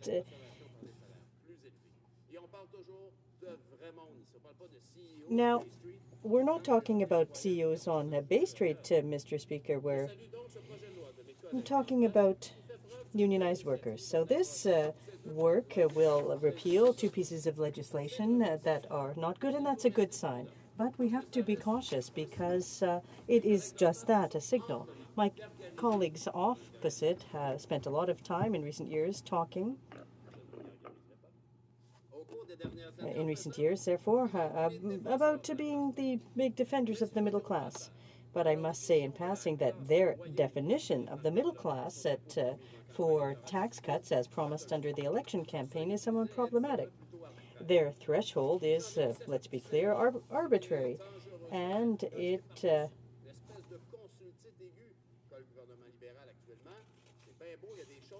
there are, in fact, some things that they need to do to consult as specialists, etc. But there are some places where we can move quickly instead of getting bogged down in ongoing consultations. So the middle class needs to be protected with concrete action, not simply empty words. Public consultations is all we've heard about from this government now. It's all fine and well and fun, in fact, to sit down and talk, but that doesn't put bread and butter on anybody's table. I would encourage the Liberals to do more, to take concrete action. The benefits are tangible and can easily be verified. The NDP will continue to urge the government to restore the federal minimum wage and to vote in favor of my colleague's anti-strike breaker legislation, the member for Jonquière. These make good sense, as does everything involving pay equity. For decades, there are problems that have continued to exist. We have a progressive country. We seem to be bogged down with some issues, and we all recognize here the equality between men and women. However, transferring this state into the economy by eliminating wage disparities is taking too much time. Now, the conservative dinosaurs were in power for a decade. It's going to take a lot of work to overcome that. We will not, however, give a blank check to the Liberals, who, as we know, seem to zoom to the left during an election campaign and turn right once they're in power. The inequality of wealth distribution is not a theoretical matter. It's a real issue, and it's unacceptable in a country like Canada. Dignified working conditions and a decent salary is something that serves everyone. We all know the bad effects of poverty, and I'm proud to be part of a political party that will not make any compromises with respect to concrete changes needed to eliminate poverty and poor working conditions, which is unworthy of a country like Canada. Thank you, Mr. Speaker. Question et commentaire. Honorable secrétaire parlementaire, the leader de Questions and comments, the Parliamentary Secretary. I think it is important for us to recognize that this piece of legislation that we have before us today is to rectify a wrong in terms of the Conservatives brought through the back door of using private members' bills, substantial changes to labour legislation. And so it's a fulfillment of an election promise. We appreciate the support from the New Democrats. But the question I have for them is that I go a ways back. And in fact, 1988 is when I was first elected to the Manitoba legislature. And there was a premier just before me. His name was Howard Pauley. Howard Pauley promised the union movement to bring in anti-scab legislation, the type of legislation that his party has brought in, suggesting that we vote for now. Through negotiations that had taken place with the stakeholders, the NDP provincial government at the time then came up with the idea, no, we should not have anti-scab legislation, and they brought in final offer selection as a compromise. The question I have for the member is, does he not believe, when he reflects on the comments that he puts in regards to the Conservatives' private members' bills, does he not believe that there's an obligation to work with Labour and management in coming up with legislation? It seems to me that they're attempting to do something in which they were critical of the Conservative Party doing last year. And when you factor in the NDP attempt to bring in anti-scab legislation, which did not work, because it was the NDP that ultimately said no to anti-scab legislation while they were in the quarters of power in the province of Manitoba, where the strike of 1919 took place and so forth. Does he not recognize that there is a need to consult with Labour and management? The Honourable Member for Longueuil Saint-Hubert. Well, I can see there are some things that don't change from one election to the next. He speaks easily, he's very competent, and I understand his great experience in politics, and I would simply say that it's a bit of an example of what I was deploring earlier. It's a lot, and a lot of words. Words. What we need is action, quick action. And that's why I'm sending you direct support, nuanced support, because otherwise we won't make any progress here. Questions and comments, the Honourable Member for Louis Saint-Laurent. Well, thank you, Mr. Speaker. We won't use empty words. Let's get to the heart of the matter. The member from the NDP, who I salute, I listened to his comments and I thank him for his speech, has said that he's providing almost unconditional support to this Bill C4, but Bill C4 will abolish the secret vote. And a secret vote is fundamental in democracy. It's what we, means that it's a way that we were elected in this House, where not the only ones to think like that, not just the Conservatives. On the 11th of February, Robbie Benson from the Public Service Alliance of Canada, and I won't say there isn't a link between them and the Conservative government, but what did Mr. Benson say? We don't have a problem with the secret vote. We do it on a regular basis to elect our leaders and to support the collective agreement or vote on a strike. So why is the NDP opposed to the secret vote when they were all elected by secret vote? The Honourable Member for Longueuil-Saint-Hubert. Well, some things do change between elections. We've got a new member like the one down there. I'd like to congratulate him for his very dynamic nature. He gets very involved with conviction in his role. But I'd like to share with him some subtle nuances, comments that he could make to his colleagues, because many people are starting, in his party, are starting to say, well, I didn't really think or believe in that or whatever. And that's what happened in the party that he is there. These two pieces of legislation were atrocious. Now, that's a small point, but on the greater issue, workers weren't being respected, and it's a mentality that is reflected by the government that he reflected in. And I hope that you will take steps to make changes in that regard. Short question, the Honourable Member for Cowichan, Malahat, Langford. Thank you, Mr. Speaker. We've heard a lot from the Conservatives in this House. They comment that some members are attacking the sanctity of private members' legislation.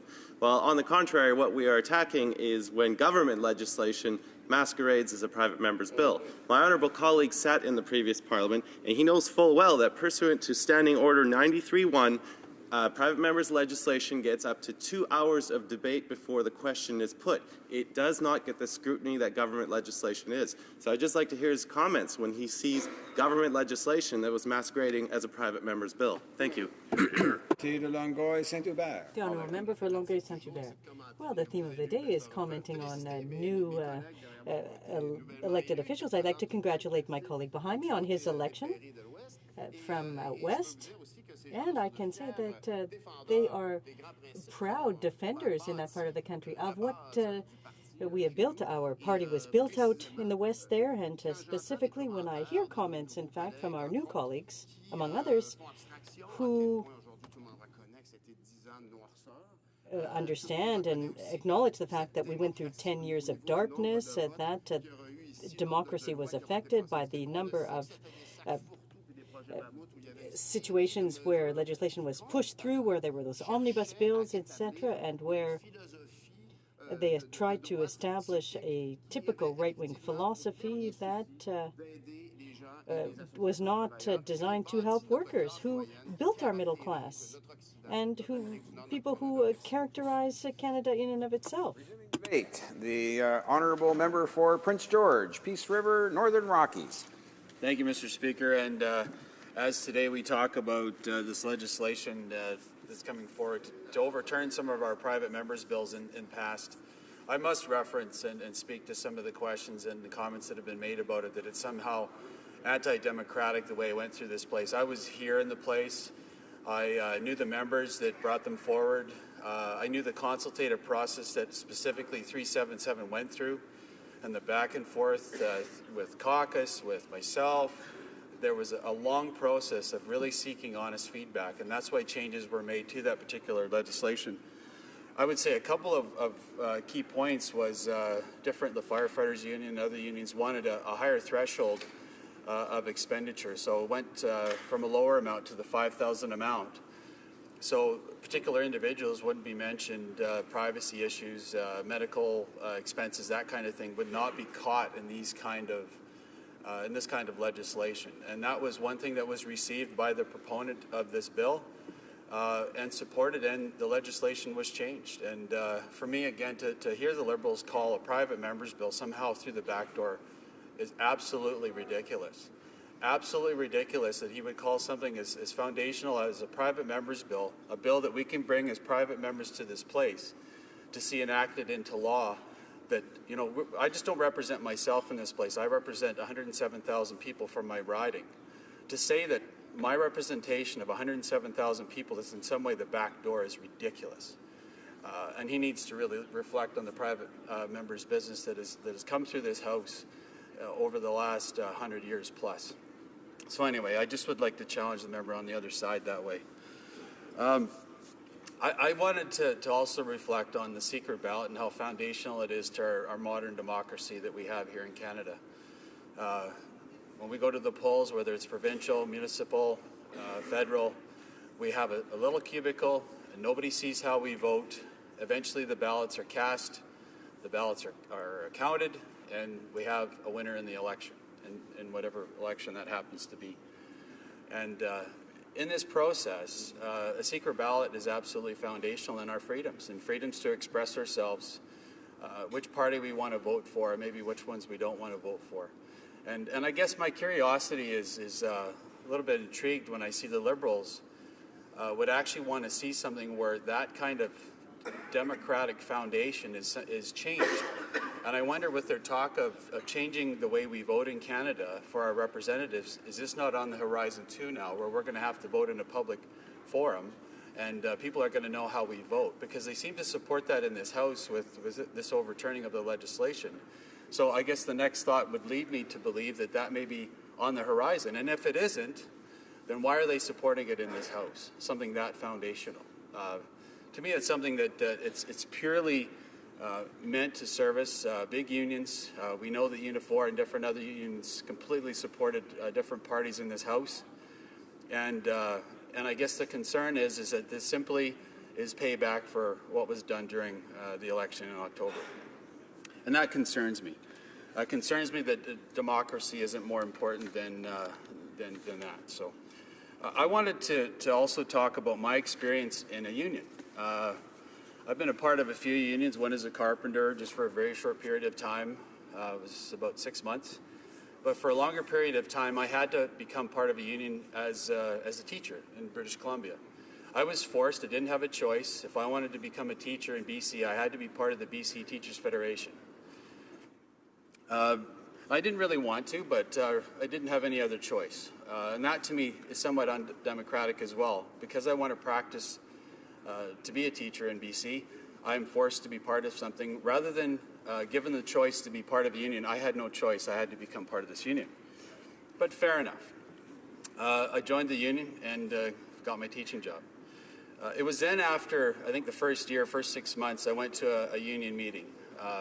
Was challenged to. I knew the leader, the president of the BCTF was going to be in the meeting, a former member of this House, was going to be there, and I thought, I better show up and see what was going to go on with the unions, especially my own, the one that I had paid dues to monthly, and was wanting to know how they were going to spend my hard-earned dues money. Well, at that meeting, I was told by the union president at that time which way I was to vote in the next provincial election, and also discovered that my union dues were funding NDP candidates in that provincial election. Now, a couple of problems with that, Mr. Speaker. Being told how to vote in a provincial election, to me, especially as a teacher, any group that should understand impartiality, it should be the teachers and teachers. I understood that.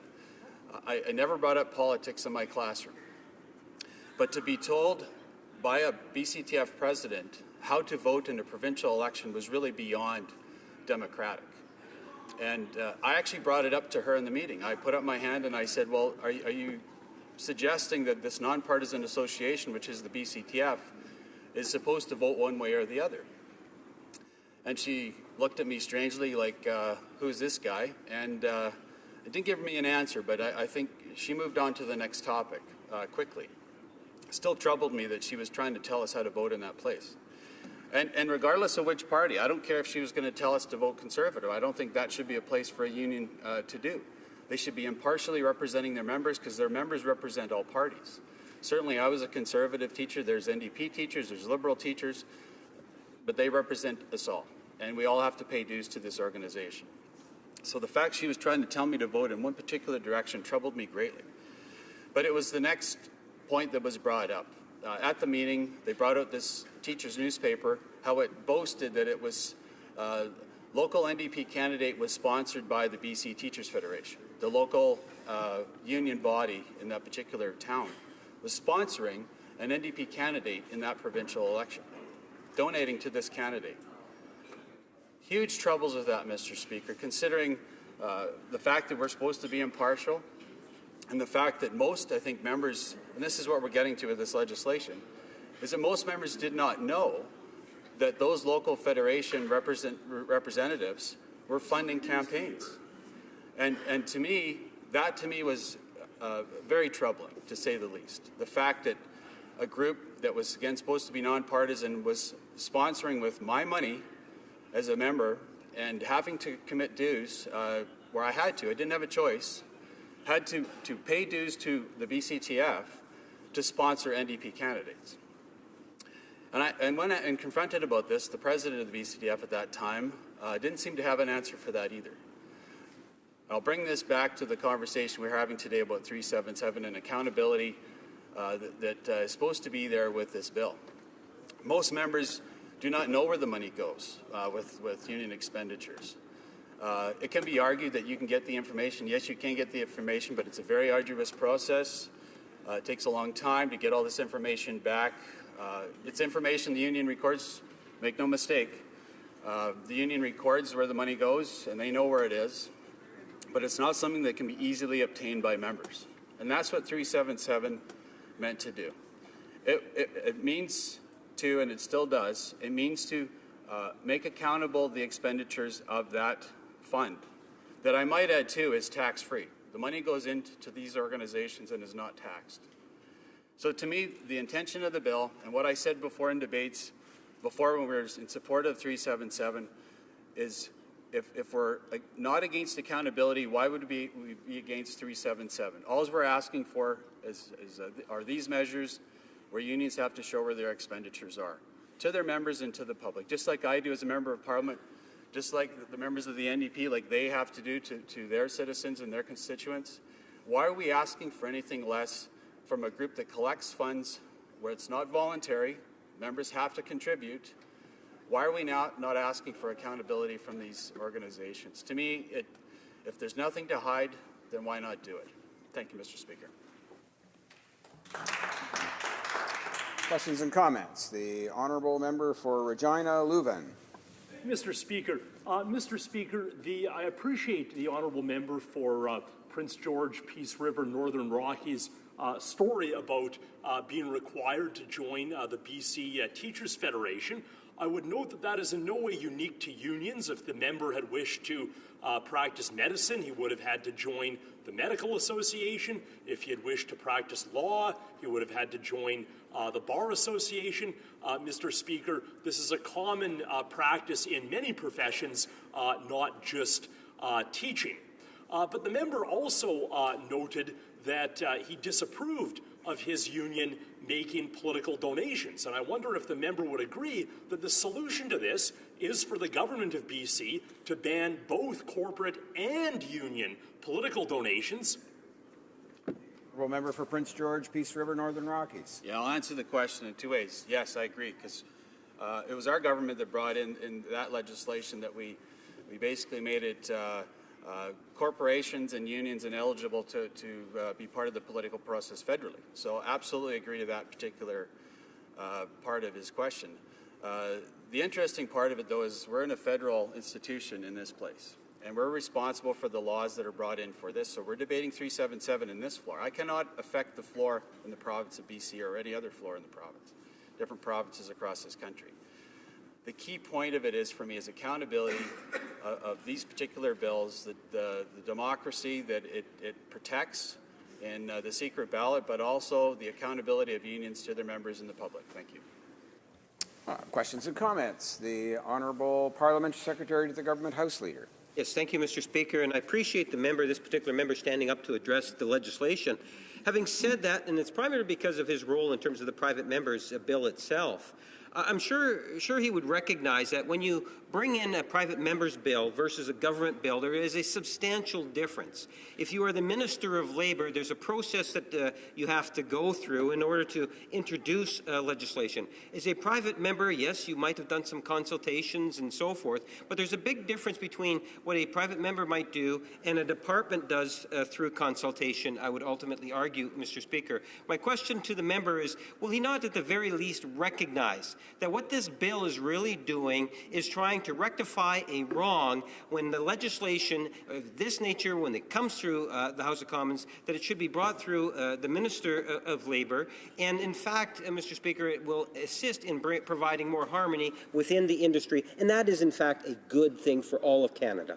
The honourable member for Prince George, Peace River, Northern Rockies. Yeah, to me, this is the Liberal Party trying to make something that isn't is. He's trying to say that the former government somehow coaxed this particular member into putting forth a bill that really should have gone through another process. The fact that he calls this in some way a backdoor is absolutely, like I said before, I said it twice before, I'll say it 3 times, is ridiculous. I know the member that introduced this. It was a heavy topic for him. He wanted to bring it forward because of the accountability that needed to come forward, not to mention the many people that he consulted with within our caucus that had certain questions of the bill. And he met those concerns and brought forward his bill anyway. So to paint the picture that it's not part of the democratic process of a private member, and a private member bringing something that's concerned for his constituency and his constituents, to me is irrespective at best and just ridiculous at most. Questions and comments. The honourable member for Saskatoon, Grasswood. Thank you, Mr. Speaker. I want to thank my colleague for his presentation this afternoon. I think Canadians want a choice. They want a choice. They want the secret ballot. They also want to know the unions don't have a blank check. Canadians want to know where their union dues are going. Where are they going? Are they going for excessive travel, for entertainment, for just a select few? We have seen that. Yes, during the federal campaign we've seen that. As I said earlier in the House, Mr. Speaker, not once, twice, but 3 times, union members took selfies for money. Anyways, to the honourable member, just your thoughts on how this bill will have major ramifications if it is approved in the House. The honourable member for Prince George, Peace River, Northern Rockies. Yeah, I'd like to thank the member for that great question. Yeah, to me, the thing that what I just presented as my story even is evidence of why we need the bill. The evidence that I submitted is exactly why we need to expose this kind of practice where union bosses try and pressure their members and use their money in political campaigns. We would not have seen this, and I wouldn't have seen it had I not attended the meeting. There was only 12 of us in this particular room out of thousands. So, Mr. Speaker, this is exactly why we need a bill like 377 to expose these kind of practices that I think the members would be upset at the very least that they know where their money's going towards these political parties that they don't necessarily support. To me, we need to keep 377, and we need to keep the secret ballot for votes within unions and make sure that we care about our people first and much less about fancy pictures for social media. Thank you. Resuming debate, the honourable member for Banff Airdrie. Well, thank you, Mr. Speaker. It's a pleasure to rise today on this bill. As a member of Parliament, it's important that we all have our finger on the pulse of the priorities of our constituency, and it's imperative that we set out to meet those needs on their behalf as parliamentarians. So for me, it's been an absolute honor of a lifetime to be able to serve the constituency of first Wild Rose and now Banff Airdrie as their member of Parliament, and I want my constituents to know that I will always continue to fight for them and to stand up for their priorities and for our great province of Alberta. And when I pursued public life, I did so because I wanted to give back to my community, and my objective was to be able to bring people together, whether they were from within my riding or whether it was here in Ottawa, to be able to help to move great ideas from concepts into action and to listen to Canadians and to deliver results. But today I'm here to talk about Bill C-4, one of the Liberal government's first priorities. As an Alberta MP, my priority is to give a voice to a riding in a province that's severely impacted by falling oil prices, mass layoffs, and collapsing businesses. In addition to the Liberal mismanagement that we are seeing with the ballooning federal deficit, I was shocked to see the government put forward a bill as one of their top priorities aimed at not at supporting workers or the more than 100,000 people who've lost their jobs as a result of the struggling oil and gas sector, but rather a bill to please union bosses that reverses key transparency measures that our previous Conservative government put in place. Specifically, Mr. Speaker, the Liberal government is introducing as one of its first priorities legislation that seeks to reduce transparency for union bosses by removing a requirement that the leadership share how they spend their members' union dues, and removing a secret ballot provision for trade union formation and abolition. So I firmly believe, Mr. Speaker, that this bill is critically flawed. It's flawed in that it reduces the transparency that Canadians are demanding in all areas of public administration. And it does this at a time when the government should be focused on workers, not union bosses. So I'd like to take this opportunity, Mr. Speaker, to share with you what it's like at home in my riding and in my province right now. We are living through one of the most significant downturns of our generation. More than 100,000 people have lost their jobs in Canada, with many now risking the loss of their homes and the lives they had worked so hard to build. And almost 40,000 of those job losses, are in my province of Alberta.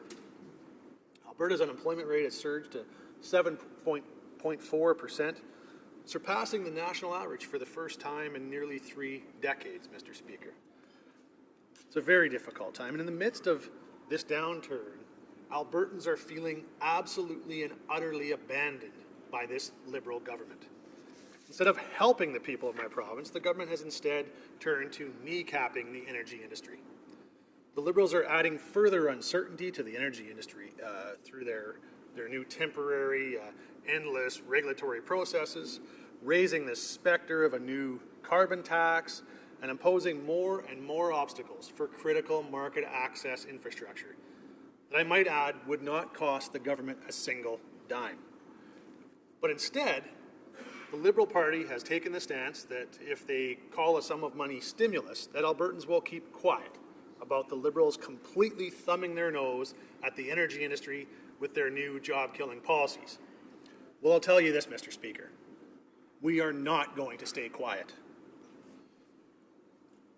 Because what I hear time and time again from my constituents and from the thousands of Albertans who work in the oil and gas sector is that a plan for jobs and for a strong economy is what we need right now. Not a temporary, uncertain, and endless regulatory regime, and definitely not a new job-killing carbon tax. The government should be focused on creating jobs. And what we've seen from the Liberals so far is added uncertainty for pipeline development and certainly an unwillingness to stand up for our citizens who are in need of support. Mr. Speaker, more taxes will not create jobs or help Albertans get back to work.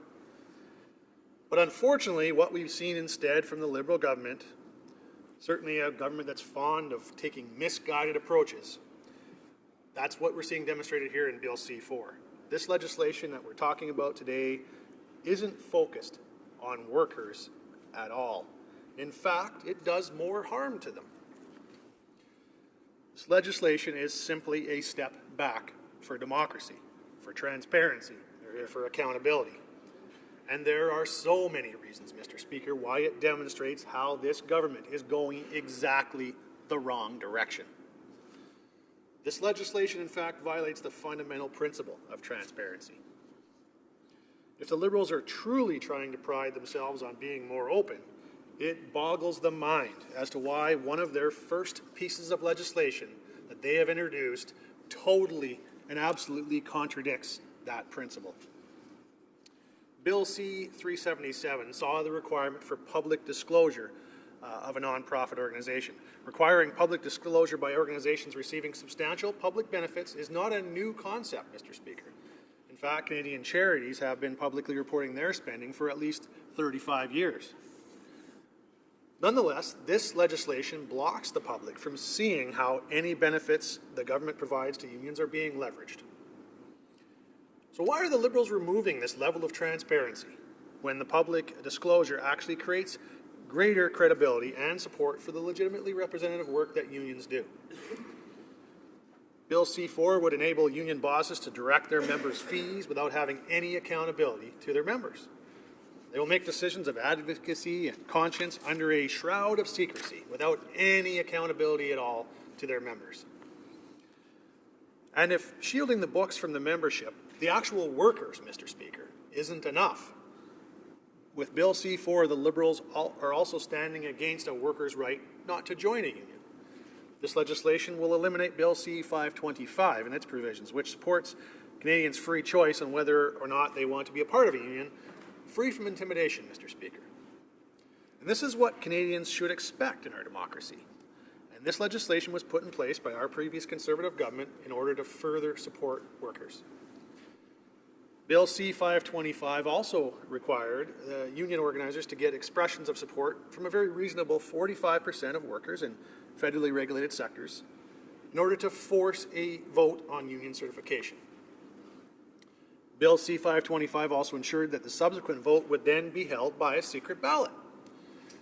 If a majority of workers in that collective bargaining unit support joining the union, then certification would proceed.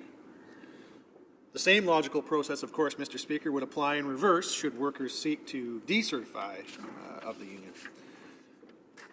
And Mr. Speaker, we just came through a federal election. And of course, I would have been happier with a different result, but we again experienced one of the most surreal traditions of life in a democracy, a peaceful and orderly transition of power. And we use a secret ballot in our democratic system, Mr. Speaker. And although the government may be looking to change the electoral system, you surely don't hear them talking about changing the critical democratic piece of a secret ballot anywhere but in the labor movement. 5 provinces already employ this method of union certification. Bill C-525 simply applies it to federally regulated sectors. So abolishing the secret ballot is certainly an attack on the democratic process. All members of Parliament are elected by secret ballot, so why take that away from everyday workers, Mr. Speaker? So to conclude, this is a fatally flawed piece of legislation. If the Liberals really wanted to help workers and their families, they should consider some facts. Commodity prices have contributed to massive layoffs across the country, and our dollar continues to drop in value. In 2015, Canada's oil and gas industry lost $60 billion in revenue. That'd be equivalent, Mr. Speaker, to wiping out the entire Canadian auto sector in just 1 year. And the IMF has downgraded its economic outlook for Canada. And Canadians' households' debt-to-income ratio is now the highest in the G7, and Canadians are suffering the consequences of these real challenges. Unemployed Canadians are out there with no prospect of finding jobs, Mr. Speaker. Working families are living with the fear every day that they will lose their jobs. And seniors, they're watching their retirement savings drop as the markets struggle. These are the challenges, Mr. Speaker, that should shape and drive the policy that we set here. And Canadians expect their government to take action. We should be seeing initiatives, Mr. Speaker, to keep taxes lower so that Canadians have more money in their pockets and to make ends meet. Instead, we see a proposed carbon tax. And we see measures to increase EI premiums and taxes, measures that add further uncertainty on our natural resources regulatory processes, a ballooning deficit, and now we've got a bill today focused on union bosses rather than their workers. That's the priorities of this government, Mr. Speaker. And that just demonstrates that this government has its priorities all wrong. Questions and comments. The honourable member for Cape Breton-Canso and the Parliamentary Secretary to the Minister of Employment. That's right, Mr. Speaker. Thanks very much, and I appreciate the comments from across the way. Mr. Speaker, constitutional experts have said these bills were unconstitutional. Privacy experts have said they breached the privacy of millions of Canadians. 7 out of 10 provinces, representing 80% of the citizens of this country, said all the responsibility lied within the jurisdictions of the province. Hugh Segal, the former Conservative senator, said it was the most insipid piece of legislation he's ever come across.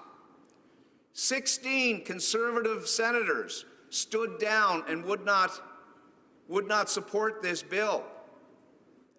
Mr. Speaker, but my colleague goes on about openness and transparency.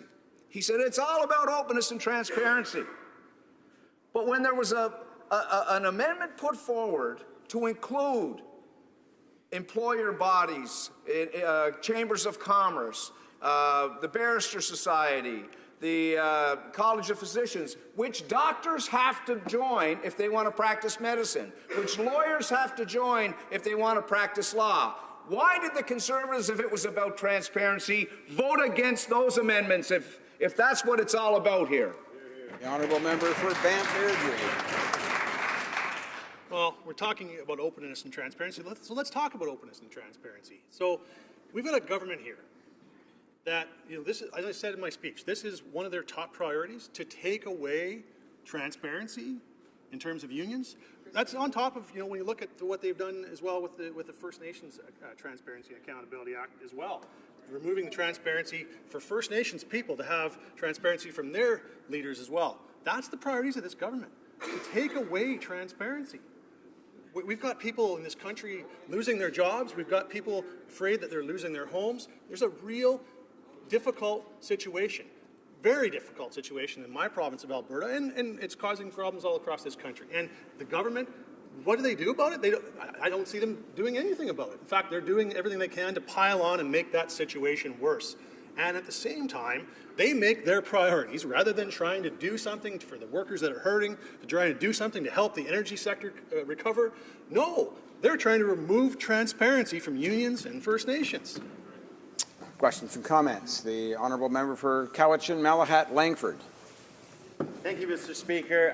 When I was listening to the response to the Parliamentary Secretary's question there, I did not hear an answer, so I would like to pose it again.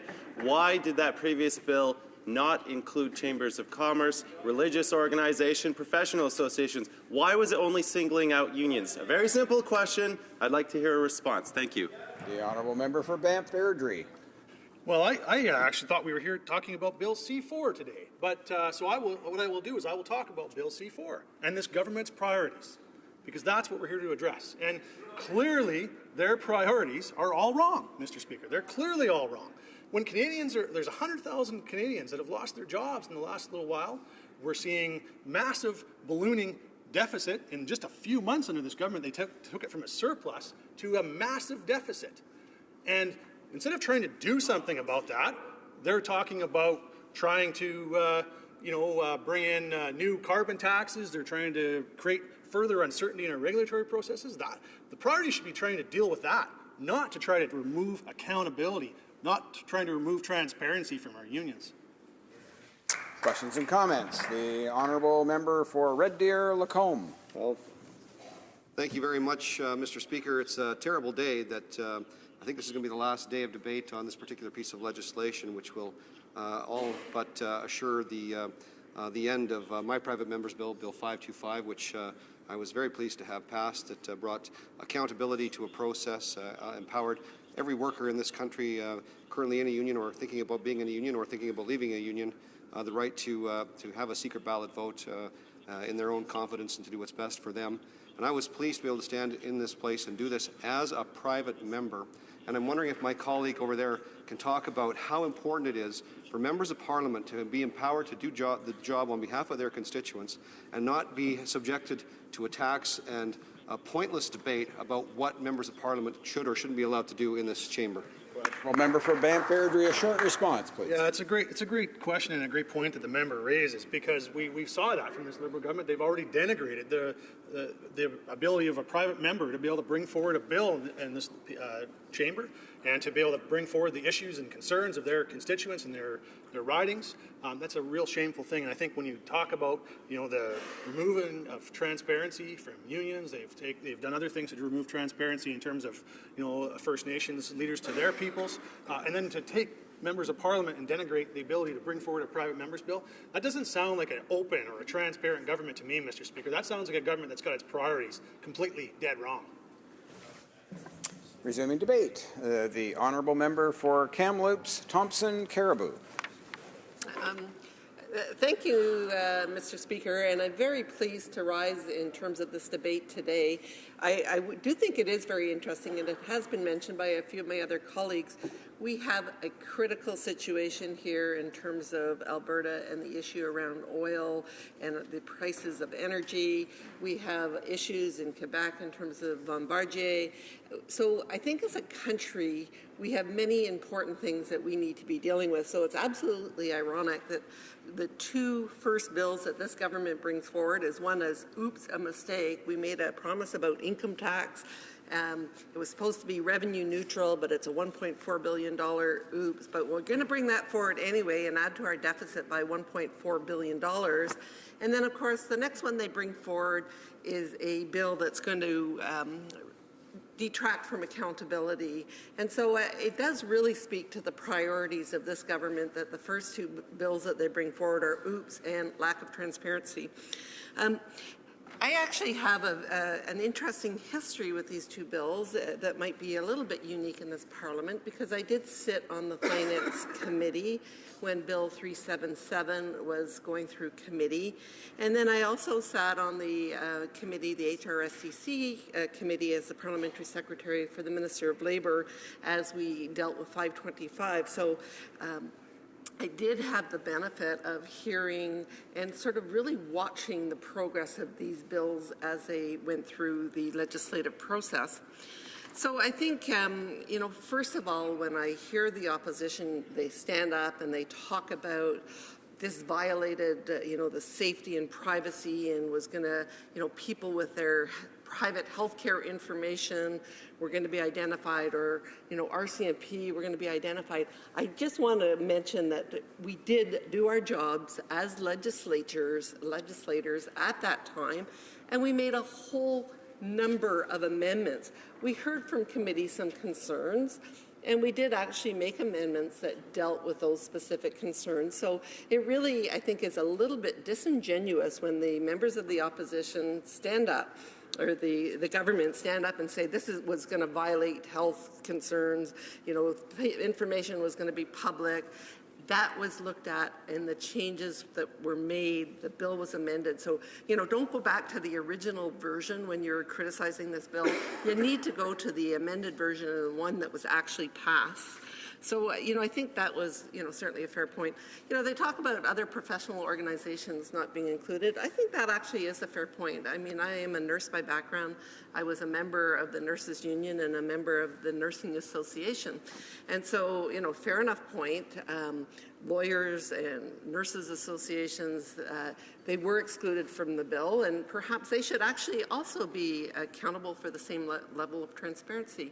They talked about why weren't they included. Well, instead of gutting the bill, if that was their issue with the bill, why didn't they just actually add those professional associations to the bill to create the same level of transparency for everyone? So, I think there was ways for, if they had some concerns, that they could have actually looked at this bill and added things. There was concerns mentioned in terms of the red tape. Well, I'm sorry, in this age of computers, the ability to generate reports, to submit reports, has become very, very easy. And I do challenge anyone in this House to go on to the, I believe there's a special site on the website for the United States by the Internal Revenue Service, where you can actually go on and see the information that you need to see. So this is not something that was sort of dreamed up out of the blue. This has been in the United States for many, many years, and I don't think it created the big challenges and problems that, people were talking to. I do recognize some unions are very good about sharing information. They've done, I talked to the International Union of Operating Engineers, and they shared with me the reports that they publish annually, and it was very comprehensive, fulsome, and available to all their members. So, certainly there is no question that there is some great practices amongst our unions in terms of what they share. But I do also think it's important to point out, and this sort of aligns with the First Nations Transparency Act also, Why, for a government that claims that they are concerned about transparency, why do they insist that people have to go and ask for the information? First Nations transparency. The First Nations have to go to the band office, or they have to go begging to the government for basic information if it's not provided willingly, and it isn't always provided willingly. For the union members, as I said, many organizations are very, very good about sharing that information, but not all. And you can imagine how intimidating it would be if you were a member of a union and you went in and you wanted to ask for information. This should be disclosed. It should be disclosed to the members. So if they care about transparency, they didn't like it going to the Canada Revenue Agency, why didn't they amend it to say it has to be made available online or make some other changes? But obviously this was not about transparency. This was about a promise that they made to get support in the last election. So I do think they could have made some changes if they had concerns with the bill to deal with any concerns that were there. I have to go on to 525, which of course is really about the right to a secret vote. And we've had examples here today, and I'm going to give you an example. I worked in a very small facility where there was 20 employees in total. And so first of all, had those 20 employees under the old system, they could have had one person that was interested in union certifying, which is perfectly within their right. They could have talked to their 10 friends. They could have had a card check. They would have hit their 51%, and they would have automatically been unionized without the ability for the other 9 people to even have a voice in that conversation. Mr. Speaker, that is totally outrageous that 11 people could actually create a certification without the 9 others having the ability to even have a say.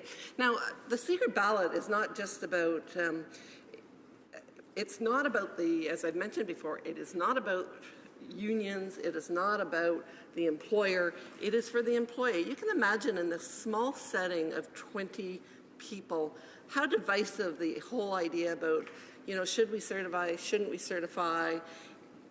People that work there did not want their name on a list. I'm part of that 11 that want certification, or I'm part of the 9 that are going to ask for decertification. They wanted the ability, because they didn't want the union to know, they didn't want their boss to know, they wanted the ability for a secret ballot. So a secret ballot is just absolutely, fundamentally a democratic right. And so again, I ask the members of the government, how can they suggest that the ability not to have a secret ballot on something that is so profound, so personal, that they leave people open to all sorts of difficult circumstances. So really, I just think that it's, to move away from the secret ballot was an incredible mistake. And I do again think, I look at British Columbia. British Columbia has had the secret ballot there for many years. It has not created any sort of catastrophic results. It's created the comfort of the worker. So this was not about the employer, this was not about the union, this was about the worker. The opposition or the government also likes to say, oh, they made it harder to certify and easier to decertify. What they did was create an even threshold. So really 50 plus 1, certify, 50 plus 1, decertify. I don't think that that is actually a very outrageous thing to do.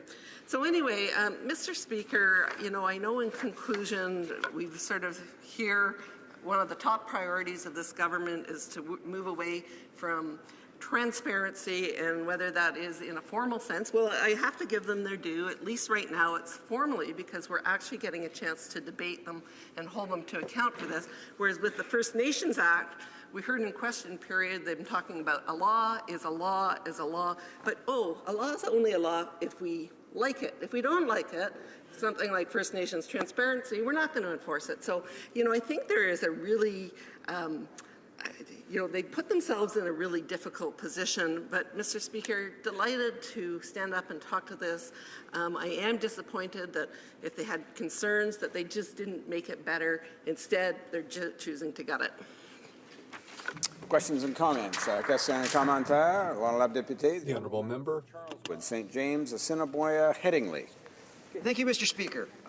I know that the honourable member admits that other organizations like medical associations, legal associations, and churches perhaps should have been included, and yet they were not included. Only unions were included.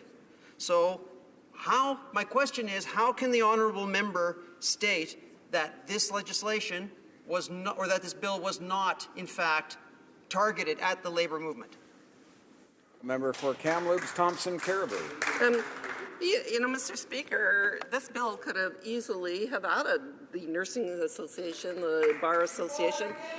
So I think it is absolutely absurd. We had a private member's bill that was presented. We looked at it. It wasn't, if you recall, the rules of private members' business is you can't make dramatic changes. You can make amendments, but you can't make dramatic changes. So again, I think if that was important to them, they should have added. They shouldn't have taken it away. Questions and comments. The honourable member for Regina, Louvain. Thank you, Mr. Speaker. Mr. Speaker, the honourable member suggested that Bill 377 is no big deal because it simply replicates something that exists south of the border. Before the people of Regina Louvain elected me to this House, I worked as an economist for the United Steelworkers Union, which was indeed subject to disclosure requirements through the U.S. Department of Labor. And I'm here to tell this House that those went nowhere near as far as Bill 377, which requires unions to disclose and account for every transaction over $5,000. I'm wondering if the honourable member could say that there would be any business in her riding or anywhere else in the country that would be prepared to comply with that sort of onerous administrative paperwork requirement. The honourable member for Kamloops, Thompson, Caribou. Mr. Speaker, as part of the process when the Finance Committee looked at this bill, we actually did look at the reports that were provided through I think it was through IRS, but we went online to where the reports were given, and to be quite frank, they were very fulsome, they were very detailed, and in actual fact, in many cases, required more. So I also do have to remind the member that there was changes made that changed the initial bill to what it ultimately became, and I think when he stands up and asks questions about this bill, he has to look at it in terms of what was the ultimate bill that was passed by this House. Questions and comments. The honourable member for Edmonton, Manning. Well, thank you, Mr. Speaker. I guess removing a secret ballot from any bill is basically it's a sort of, we know that secret ballot is an act of democracy, and by removing it, you're giving a yield of comfort to unions, leaders, not to workers. The question is, does the members agree that this Bill C4 is sort of a repealing of an act of transparency and accountability that we have provided and introduced in the previous government? Honourable member for Kamloops, Thompson, Caribou. Thank you, Mr. Speaker. And I think, as I mentioned in my comments, the most egregious part of this bill is removing the secret ballot. It is absolutely the most egregious. And I gave my example of 20 people with a certification drive, how personal the decision was and how divisive it became. And the fact that there was a secret ballot in this particular case, because it was under the BC Labour Code, was absolutely critical for the health of the workplace. So again, it's not about the work, it's not about the employer, it's not about the union, it's about the worker. We have time for one more short question. Questions and comments. The honourable member for Miramichi, Grand Lake. Merci, Monsieur le Président. Thank you, Mr. Speaker. A member of the opposition has said that our government strongly opposed this bill because it was unjust and non-transparent for workers in this country. We also made an election promise So, for us on this side of the House, well, we are the government today because of our election promises. Does my colleague not agree that keeping promises to Canadians is important? Kamloops, Thompson Care. Mr. Speaker, I cannot help myself. If I look at this government and their election promises, it is absolutely a ridiculous question. I can start with the number of promises that they have broken. The revenue neutral tax cut, broken. $10 billion deficit, broken. I mean, I could go on and on. So to suggest that they all of a sudden have this desire and need to make sure they keep a promise that really is not in the best interest of the worker, I think is a little hard to believe. Resuming debate, the honourable member for Vancouver East. Thank you, Mr. Speaker. Throughout the past 2 decades, there's been a steady attack on the rights of working people in Canada. Nowhere has this attack been more evident than on organized labour. Having spent nearly a decade fighting against the attack by the former Conservative government, the NDP welcomes the Liberal government's decision to repeal Bills C-377 and C-525. And today, I am proud to stand in this House in support of Bill C-4, a bill that will restore unions' rights to represent their members and to ensure that labour relations are respected. In the last Parliament, despite public warnings from Canada's Privacy Commissioner, constitutional experts, and the Canadian Bar Association that these bills were very likely to be found unconstitutional, the Bill C-377, became law anyway. Bill C-377 placed onerous, redundant, with privacy-violating reporting burdens on unions. Unions are already required to make their financial information available to all their members. While pushed under the guise of transparency, this sweeping bill would have had far-reaching consequences. For example, anyone who took on a temporary contract with a union and were paid more than $5,000 will see their name disclosed on this database. Likewise, any company engaging in work with a union, such as a small business providing snow removal services, will see their company and their contract details posted publicly and potentially undermining their ability to negotiate other contracts. And let me tell you, in Ottawa, it snows quite a lot. And by the way, this ideological attack on unions did not come without a price tag, Mr. Speaker. The Parliamentary Budget Officer estimated that Canada Revenue Agency would need approximately $21 million to establish this electronic database over the first 2 years, and approximately $2.1 million per year to keep the database up to date and to maintain after that. That means repealing Bill C-377 will save Canadian taxpayers and unions millions of dollars per year. With the passage of Bill C-4, we now would have the opportunity to put that money to better use, to protect Canada's rights as well as their access to government services. Some of my constituents struggle daily to make ends meet, even with a full-time job, some of them with multiple jobs.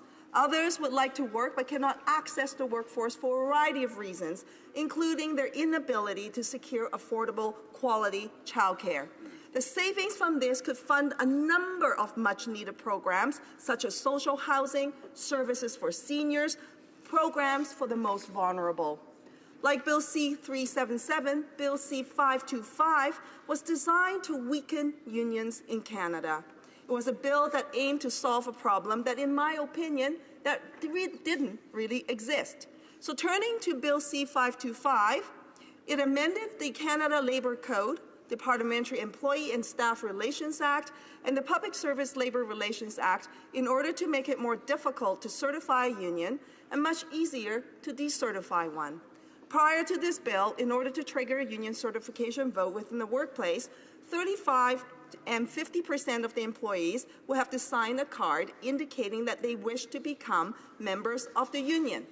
Bill C-525 would have seen this threshold raised to 40%.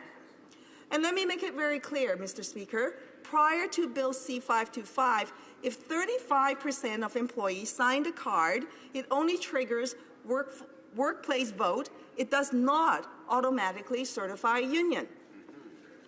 Also, in order to certify a union, during the card signing process, more than 50% of the employees would still need to have signed a card indicating that they wished to be a member of the union. So their rights are respected and the process is legitimate.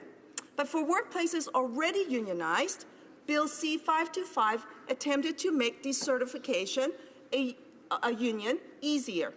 Bill C-525 would lower the threshold required to trigger a decertification vote to 40%.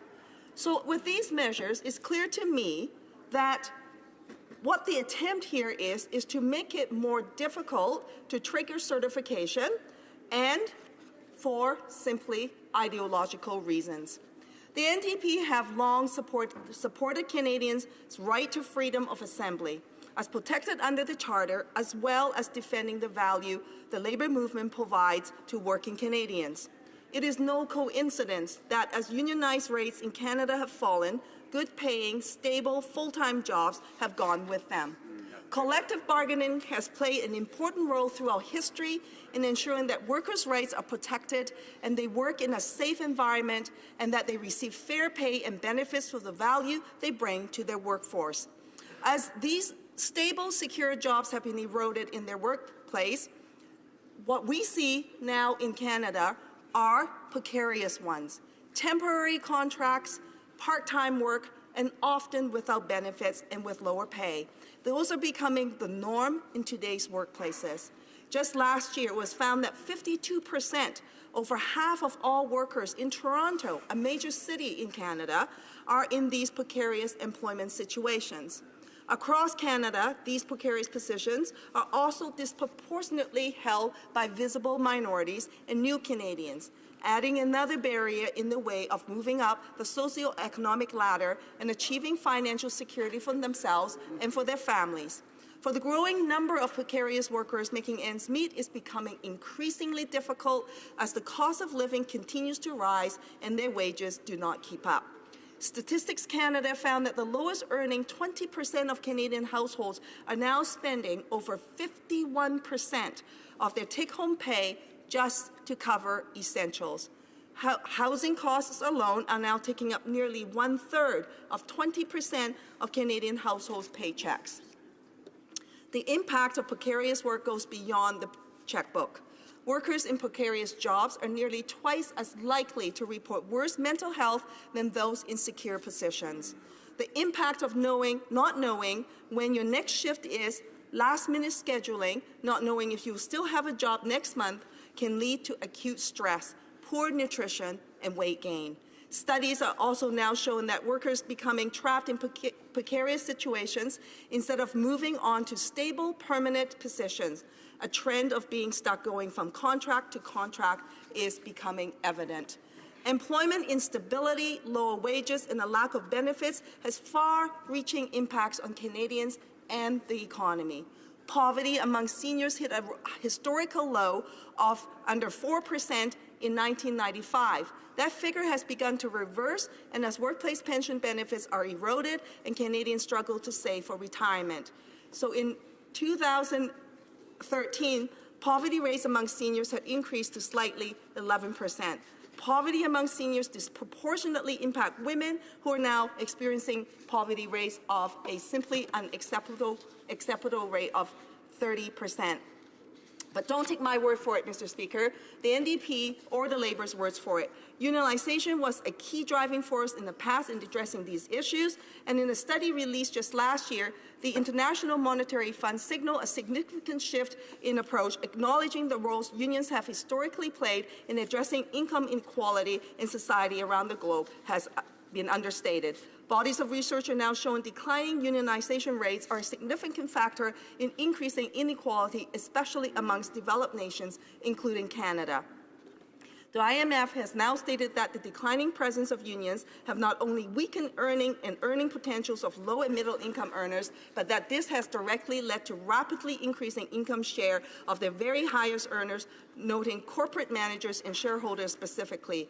Unions in Canada play a key role in the financial security of working Canadians, and this can no longer be denied. The Liberal government's decision to repeal these ideological pieces of legislation that would further harm the Canadian labour movement and, in turn, the financial security of working Canadians is a welcome first step. But there's more to be done, and the NDP will continue to push the government to repeal Division 20 of Bill C-59 on sick leave, to reinstate a federal minimum wage, and to enact anti-SCAB legislation and proactive pay equity legislation.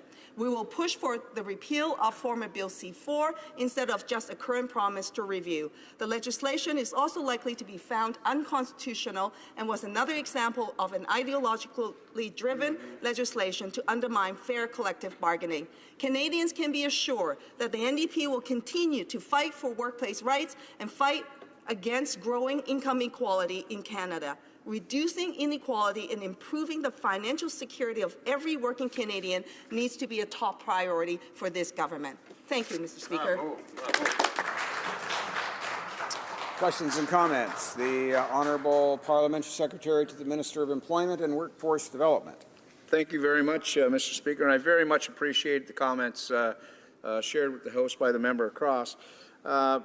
I think maybe even to build on a couple of the points that she brought, and this is more of a comment than a question, but the misnomer, the Conservatives continue to perpetuate this big union boss.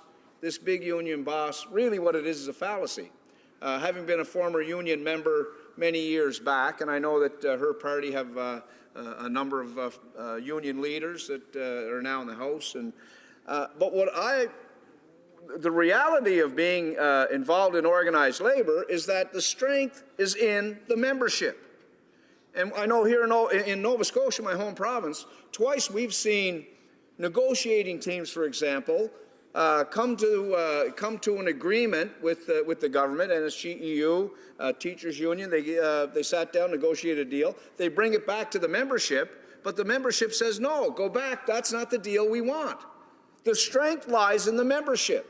And maybe if the member might want to comment on that this whole thing about the big union bosses is far over-trumped by the former government. Honourable Member for Vancouver East. Thank you very much, Mr. Speaker, and I thank the member for his comments. Indeed, in every single union, the rank and file actually do have a say. They present their positions to their duly elected representatives that I know the Conservative members would like to deem them as the union big bosses. But in reality, they are duly elected by their membership to represent them and to bring forward their voices. And that is in that case, is for every single union in this country. So in that sense, the grassroots of the membership is represented, duly elected in terms of their leadership, and their job with the leadership is to bring forward their membership's voice on behalf of their members. Questions and comments. The Honourable Member for North Okanagan, Shuswap. I'd like to thank the member for her speech this afternoon, but she was just speaking about the unions being all about the membership and the rank and file. And I'm wondering how she can defend taking away the right to a secret ballot as being respectful to that rank and file membership. Great question. Great. Member for Vancouver East. Well, as we know, in terms of certification, the members actually sign a card. And that is their voice. They sign a card, and when they reach the percentage that is required, then the workplace become unionized. I'll give the member an example, and this is a real experience from my mother, who's now retired, by the way. When we immigrated here to Canada so many years ago, my mom worked as a farm worker making $10 a day. We didn't know about unions and labor rights or anything like that. She worked long hours and she made $10 a day to support a family of 8. She later on graduated from that work after 2 years and became a minimum wage earner as a dishwasher in a restaurant. And she worked hard and long hours as well. Now, that restaurant, there was an attempt to unionize. And my mother, who didn't speak very much English, signed the card, but understood the essence of what it meant and what is explained to her. Signed the card, but soon, of course, the manager found out. Other employees who spoke better English, they were under threat, and there were real challenges. And then ultimately, it collapsed because everybody feared for their job. So I have to tell you, there are real issues in terms of intimidation with respect to that. And when members of a workforce sign a card, and they sign it with the information of what the consequences are and what they hope to achieve in their workplace, that should be sufficient when it reaches the threshold to unionize a workplace. What are unions for? It is to protect the workers, to ensure that they have better working conditions. That's what it means, and that's what I think we all want to strive for all Canadians. Resuming debate. Reprise de débat. L'honorable député de Drummond. Resuming debate, the Honourable Member for Drummond. Well, thank you, Mr. Speaker. I'm very pleased to have this opportunity to continue the debate on Bill C-4, which is an interesting start to bringing back unions' right for reestablishing a balance between workers and management. This bill will amend the Canada Labour Code and the Income Tax Act, and the NDP supports all steps of this bill because it will be repealing the poor legislation. I'm referring to Bill C-377 and C-525. And in fact, I'd like to highlight the important work done by the member for Saskatoon West on this issue. She's done excellent work and has shown the importance of repealing these two bad pieces of legislation. Mr. Speaker, both of these bills were introduced under the former Conservative government, and it has been said many times how undemocratic and anti-constitutional those bills are, and they did nothing good for the workers of Canada. So Bill C-377 is a bill that amended other legislation to, or rather forcing them to table with the minister the statements concerning their financial reports, their annual reports, concerning the wages and the expenses of these unions. And the Privacy Commissioner, as I said, stated, that's Mr. Daniel Terrien, stated that Bill C-377 went much too far and breached people's privacy. So obviously that was a very bad bill that undermined people's privacy, and the Commissioner pointed that out. The constitutionality of this bill was also challenged by the Canadian Bar Association. This association stated that it undermined the rights to freedom of association and the freedom of expression. So it's a very bad bill, and unfortunately the Conservatives really rushed that bill through. They rammed it through, and everyone agreed, though, that it was a very poor initiative.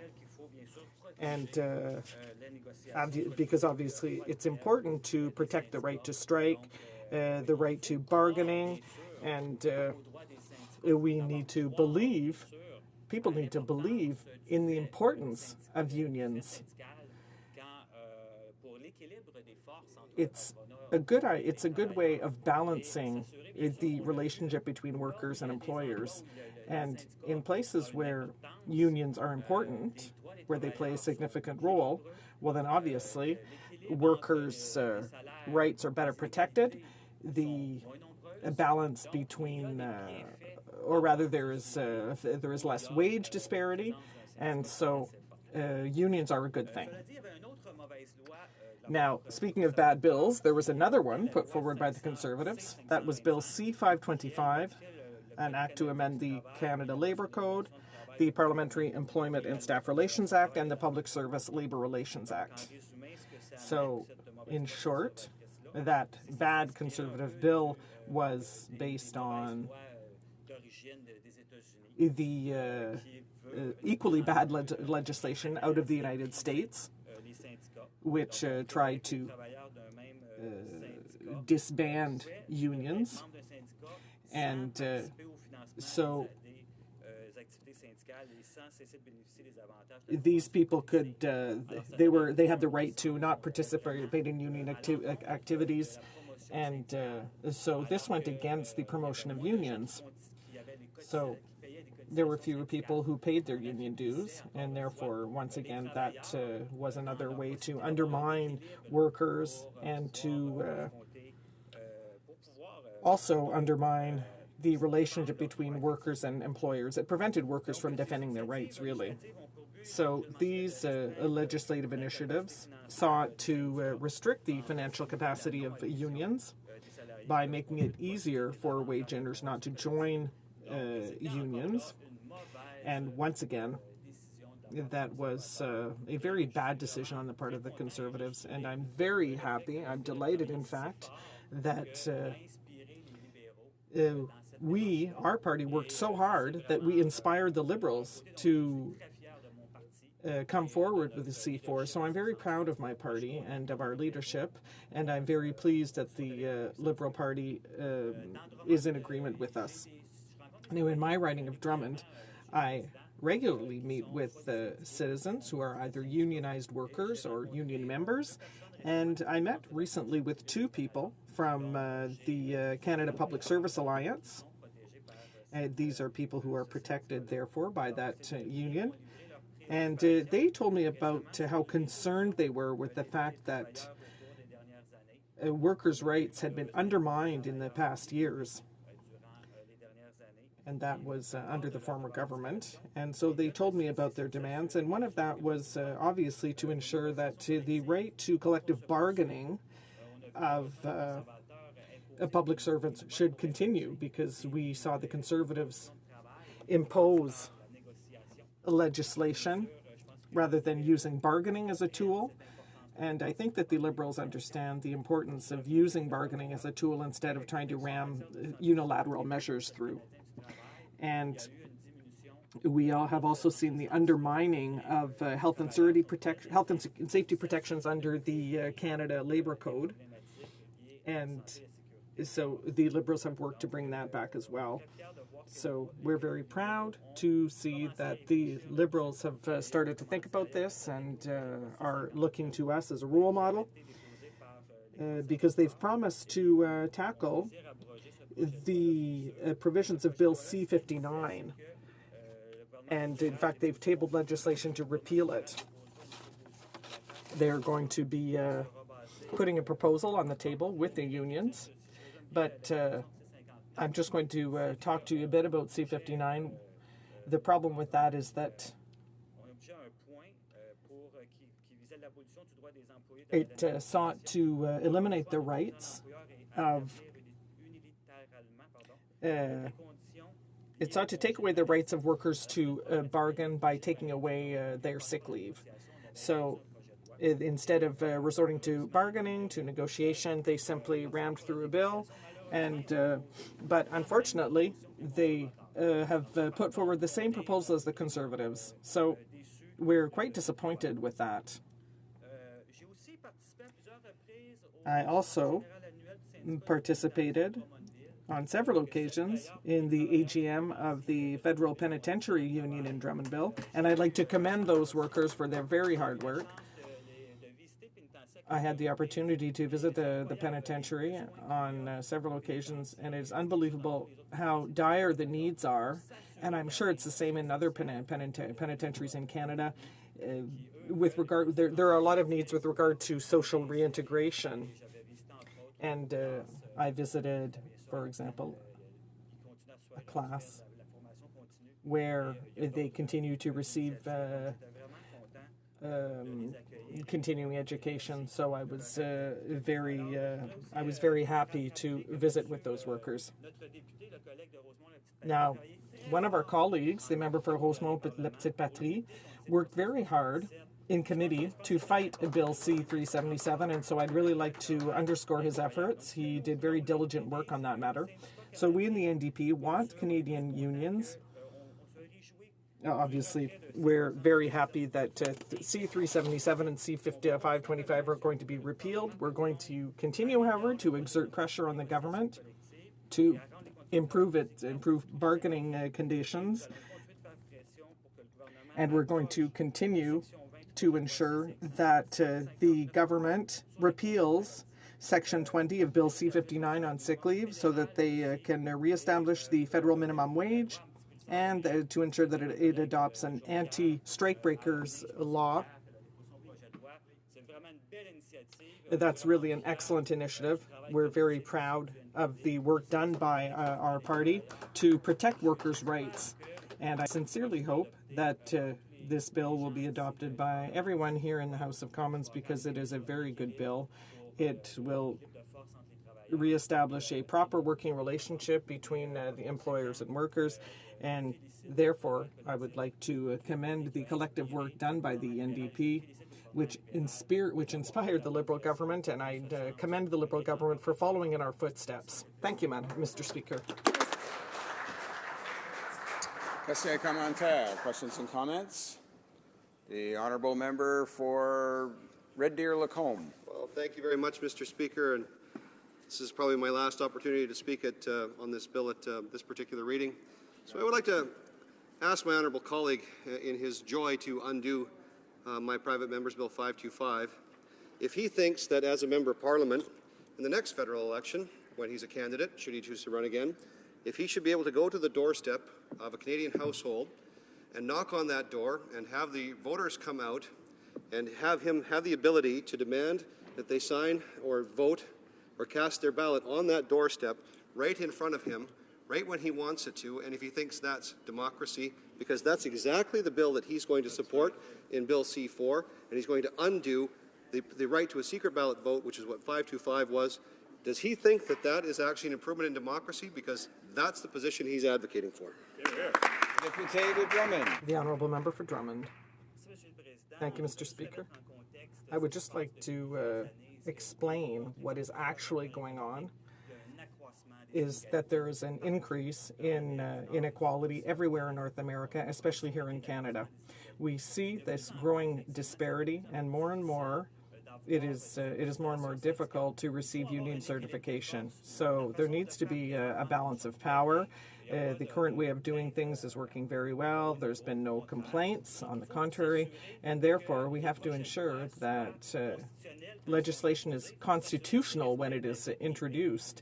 We have to ensure that the privacy aspect is respected, and Bill C-377 was a complete failure in that regard, and I'm very proud that my party was the instigator of this combat against both of these bills, which are terrible bills. They undermine the working relationship, they undermine workers' rights, and we need to ensure that we can continue to promote better protection of workers' rights and better access to decent wages, and therefore I am very, very proud that the Liberals have adopted both of these measures, the idea to repeal both of these bills, which are dire bills indeed. Question commentaire. The honourable member for Sherwood Park, Fort Saskatchewan. Thank you, Mr. Speaker. You know, it's amazing. My colleague from Red Deer Lacombe asked a very important, very simple question, and then we had a response that just completely ignored the question as if it had never been asked. So maybe I'll try again. Perhaps the member didn't hear. Does the member believe, given that members of the House of Commons are elected through a secret ballot, given that elections occur at every level via secret ballot, does the member not believe it is sensible that working men and women who are considering certification with the union have the same rights in that context that everybody else has? Député de Drummond. The honourable member for Drummond. Thank you, Mr. Speaker. I'm going to refer to the question from my colleague, whether who asked me whether I would go door knocking in my riding. Of course, and not just in 4 years. I'm going to start right away, and I have been doing so. I've never stopped. So, Mr. Speaker, when I go door knocking, and when I listen to workers in my reading, what they have told me is that both of those bills were harmful for the rights of workers. They were bills that did not work in fighting against inequality, and they did nothing to improve the working conditions of the middle class to ensure that people can actually join the middle class. So on the contrary, Mr. Speaker, I will be very proud to go back to my riding to knock on doors and to say that we worked very hard to ensure that both of those bills are repealed. And I would like to commend once again the Liberals for having followed in our footsteps.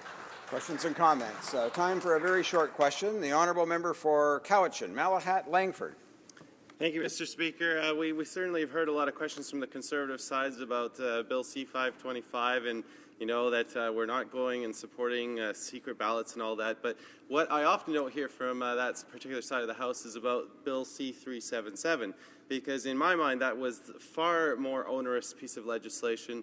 The way it tied up unions in knots, it really did seek to kneecap them in their ability to organize workers. So I just want to hear again my honourable colleagues' comments on that particular piece of legislation and how it was a direct attack on the labour movement. Thank you.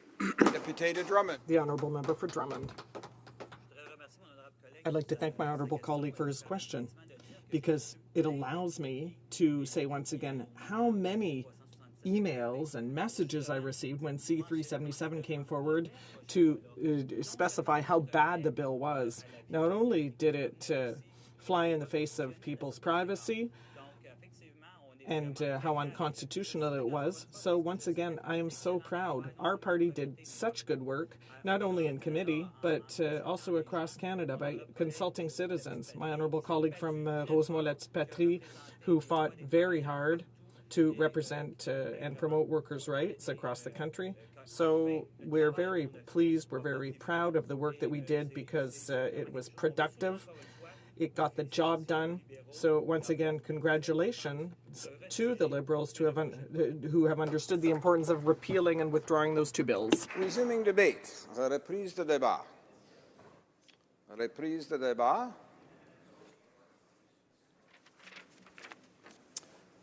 Comme il n'y a plus de députés. Since no further members wish to speak, pursuant to the order adopted Thursday, February 25th, 2016, all further questions deemed to dispose of Bill C-4 are deemed to be the vote is deemed to be deferred until March 7th, Monday, March 7th, 2016, at the regular hour. For Moncton Riverview Dieppe, standing on a point of order. Thank you, Mr. Speaker. I believe if you canvass the will of this House, I'm sure that you'll find consent to call at 2:10. I believe the honourable member is seeking the pleasure of the House. Is it the pleasure of the House to see the clock at 2:30? Is that agreed? Is that agreed? I'm sure that's what the honourable member was thinking. The honourable member says so, and so is it the honourable? Is that the wish of the House to see the clock at 2:30? Agreed, and so ordered. It being 2:30, the House stands adjourned until Monday, March 7th, 2016, at 11 a.m., pursuant to Standing Orders 28.2 and 24.1.